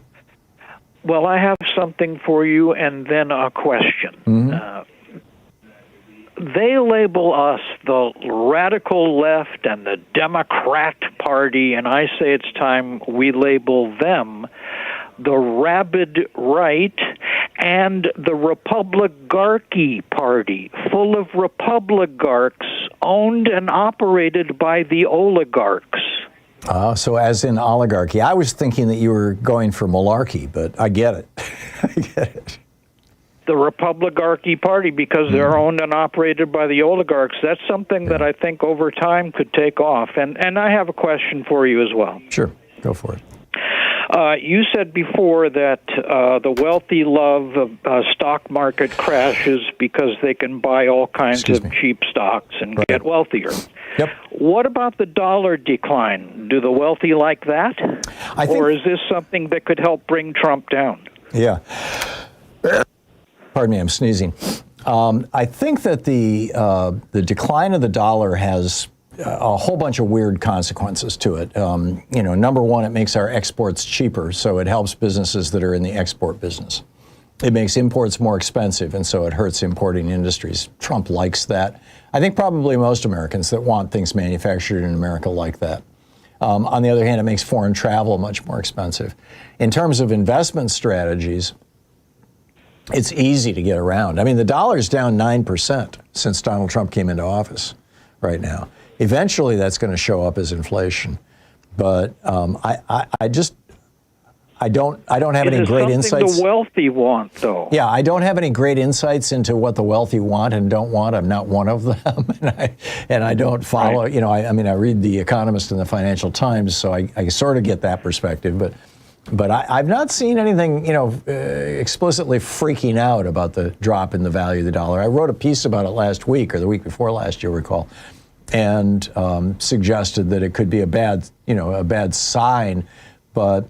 The dollar, the value has been all over the place over the last 30 years, and I don't recall any specific patterns that might help. All right, well, thank you for that, and thank you for everything you do, and please start using Republican Party. Republican Party. Okay, thank you, David. Almost 45 minutes past the hour. I'll be back with more of your calls in just a moment. It's the Thom Hartmann Program, taking back the mainstream media 3 hours a day, 5 days a week. We're right here. We'll be right back. You're listening to Thom Hartmann. Visit thomhartmann.com for audio and video archives. Right back with your calls. Stick around.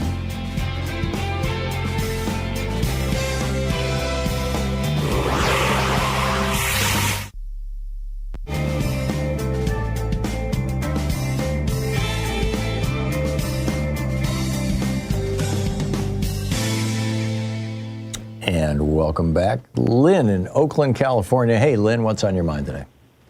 Hi, good morning. A little while ago, you were talking about the SAVE Act for voting and the requirements, and I think we talked about it months ago or whatever. Yeah. And I think a solution for women is the new Real ID driver's licenses that you need to board a plane.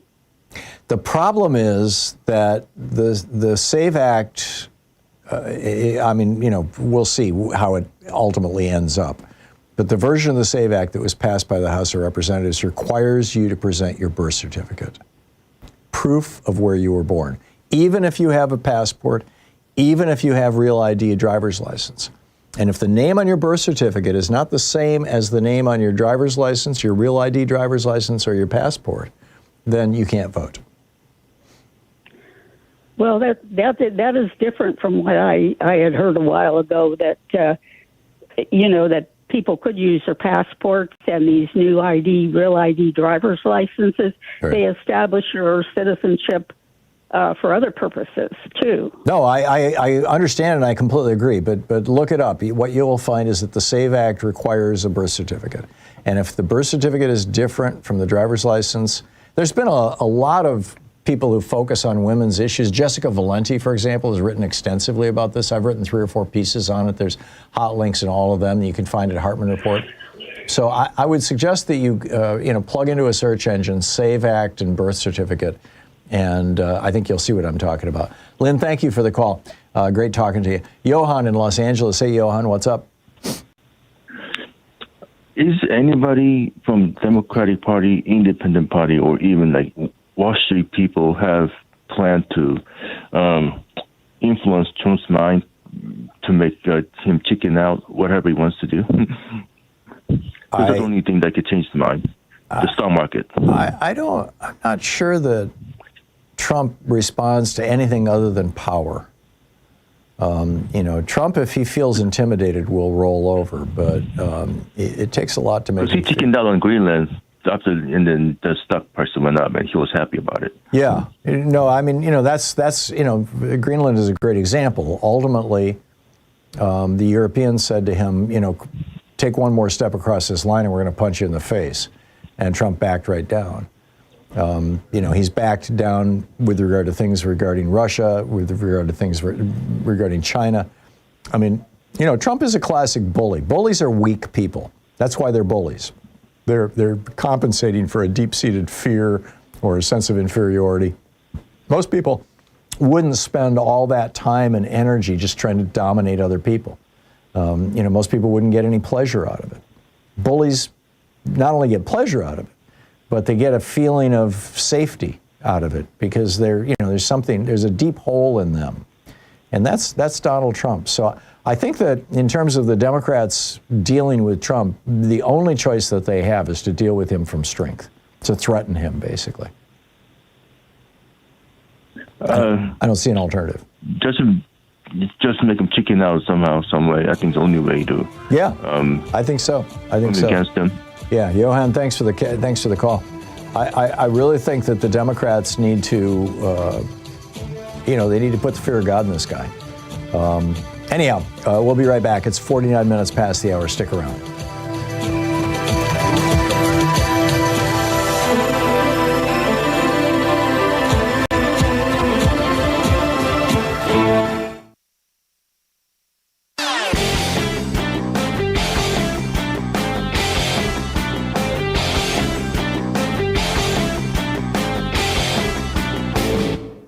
Hey, thanks so much for sharing our program and for reaching out to our stations and sponsors and letting them know that you're listening. It really means a lot to us.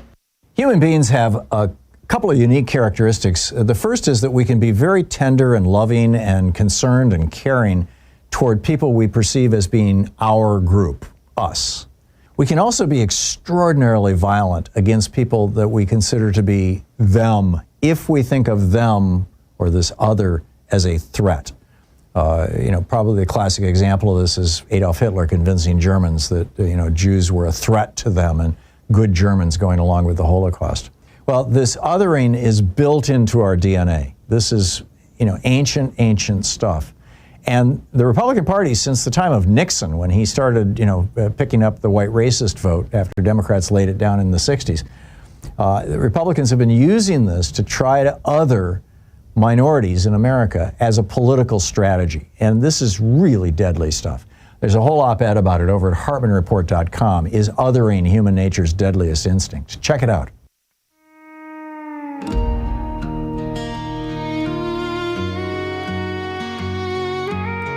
Welcome back. 9 minutes before the hour. Picking up your calls here. Michael in Bronx, New York. Hey, Michael, what's up? Hey, Tom. Good buddy. First off, you said you sneezed earlier? I did. Twice. God bless you. Thank you. God bless you. And thank you for reminding me about Nancy Guthrie, the mother of Savannah Guthrie. Mm-hmm. I've been thinking about this, and there's a part of me hoping that I'm wrong, but I can't put it past these MAGA people that they are the ones, or ICE, people on Trump's side, that might have abducted her. Because I think back to what happened with Nancy Pelosi's husband. Well, what happened with her husband was a Trump supporter tried to assassinate him. Right, exactly. But, these Trump supporters, all anything about is violence and getting after people who've been critical of Trump. Savannah Guthrie has reported stuff factually against Trump, and even in the town hall, she turned around and rebuked him, saying, why are you saying things like that? You're supposed to be the president of the United States. Yeah. And then leading to this whole idea of the ICE agents. I hate calling them agents because to me they're not agents, they're fake police. But now they're going to be wearing body cams. I believe it when I see it. Mm-hmm. Two, why the hell is it just in Minneapolis where we already see another invasion going on in New Jersey, and they say they don't need no warrants? Governor Mikey Sherrill, God bless her, said, hey, listen, Bob, you need a judicial warrant. That's under the law and the U.S. Constitution. Right. And all this talk about Renee Good weaponizing her vehicle, and that's why she was shot down. which is a little crap in my book when you look at the video. Oh, it but obviously alas, is, yeah. not too long ago, just within a week ago, there was an incident in Nebraska, a red state, and there was many anti-ICE protests, anti-Trump protests going on. This guy with a pickup truck had a Trump 24 banner or flag on the back of his pickup. He goes over and then tries to antagonize the peaceful protesters and want to get into a debate and tell him to stop. And then they said, no, we have our First Amendment rights and we're speaking the truth. And didn't he run over one of them? Exactly. He plowed his truck into the peaceful protesters like you saw in Charlottesville. Right. One of them was a girl got knocked over. He stopped, looked at her, saw that she was moving around a bit, and then he took off. Yeah. Witnesses and local officials automatically declared it a hit and run, and guess what? The SOB is still on the loose. Wow. Now what, Pam Bondi? Now what, Christine? And especially you, Pam Bondi. Yeah. You turned around and arrested Don Lemon with false accusations of interrupting a sacred liturgy program.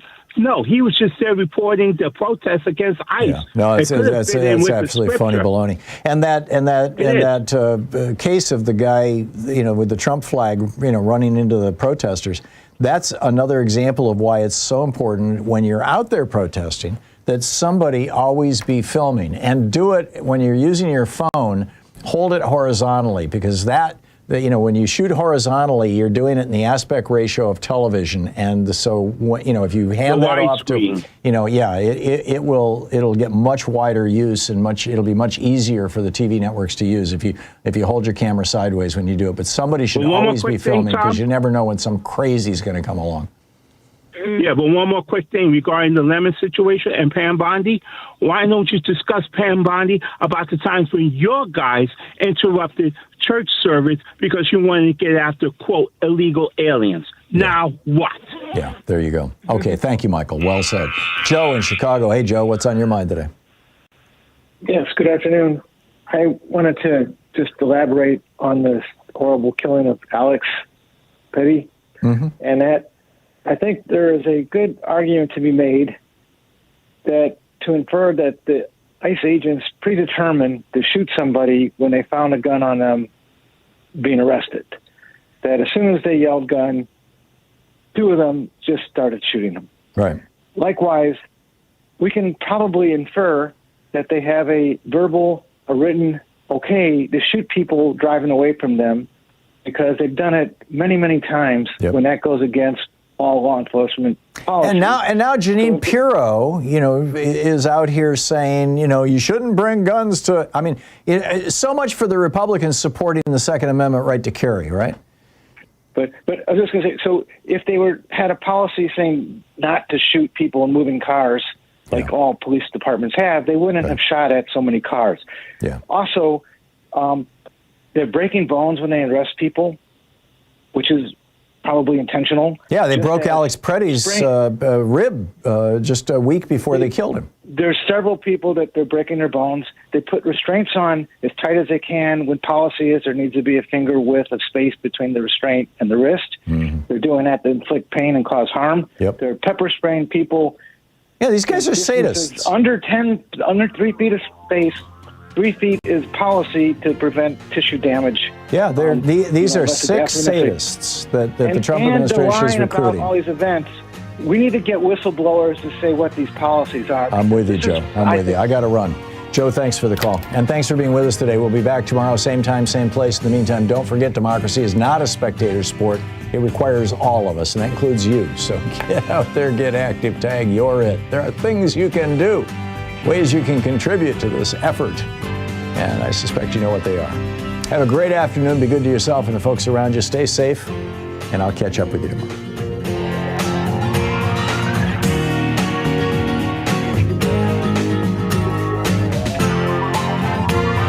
You've been listening to Thom Hartmann. For audio and video archives, visit thomhartmann.com.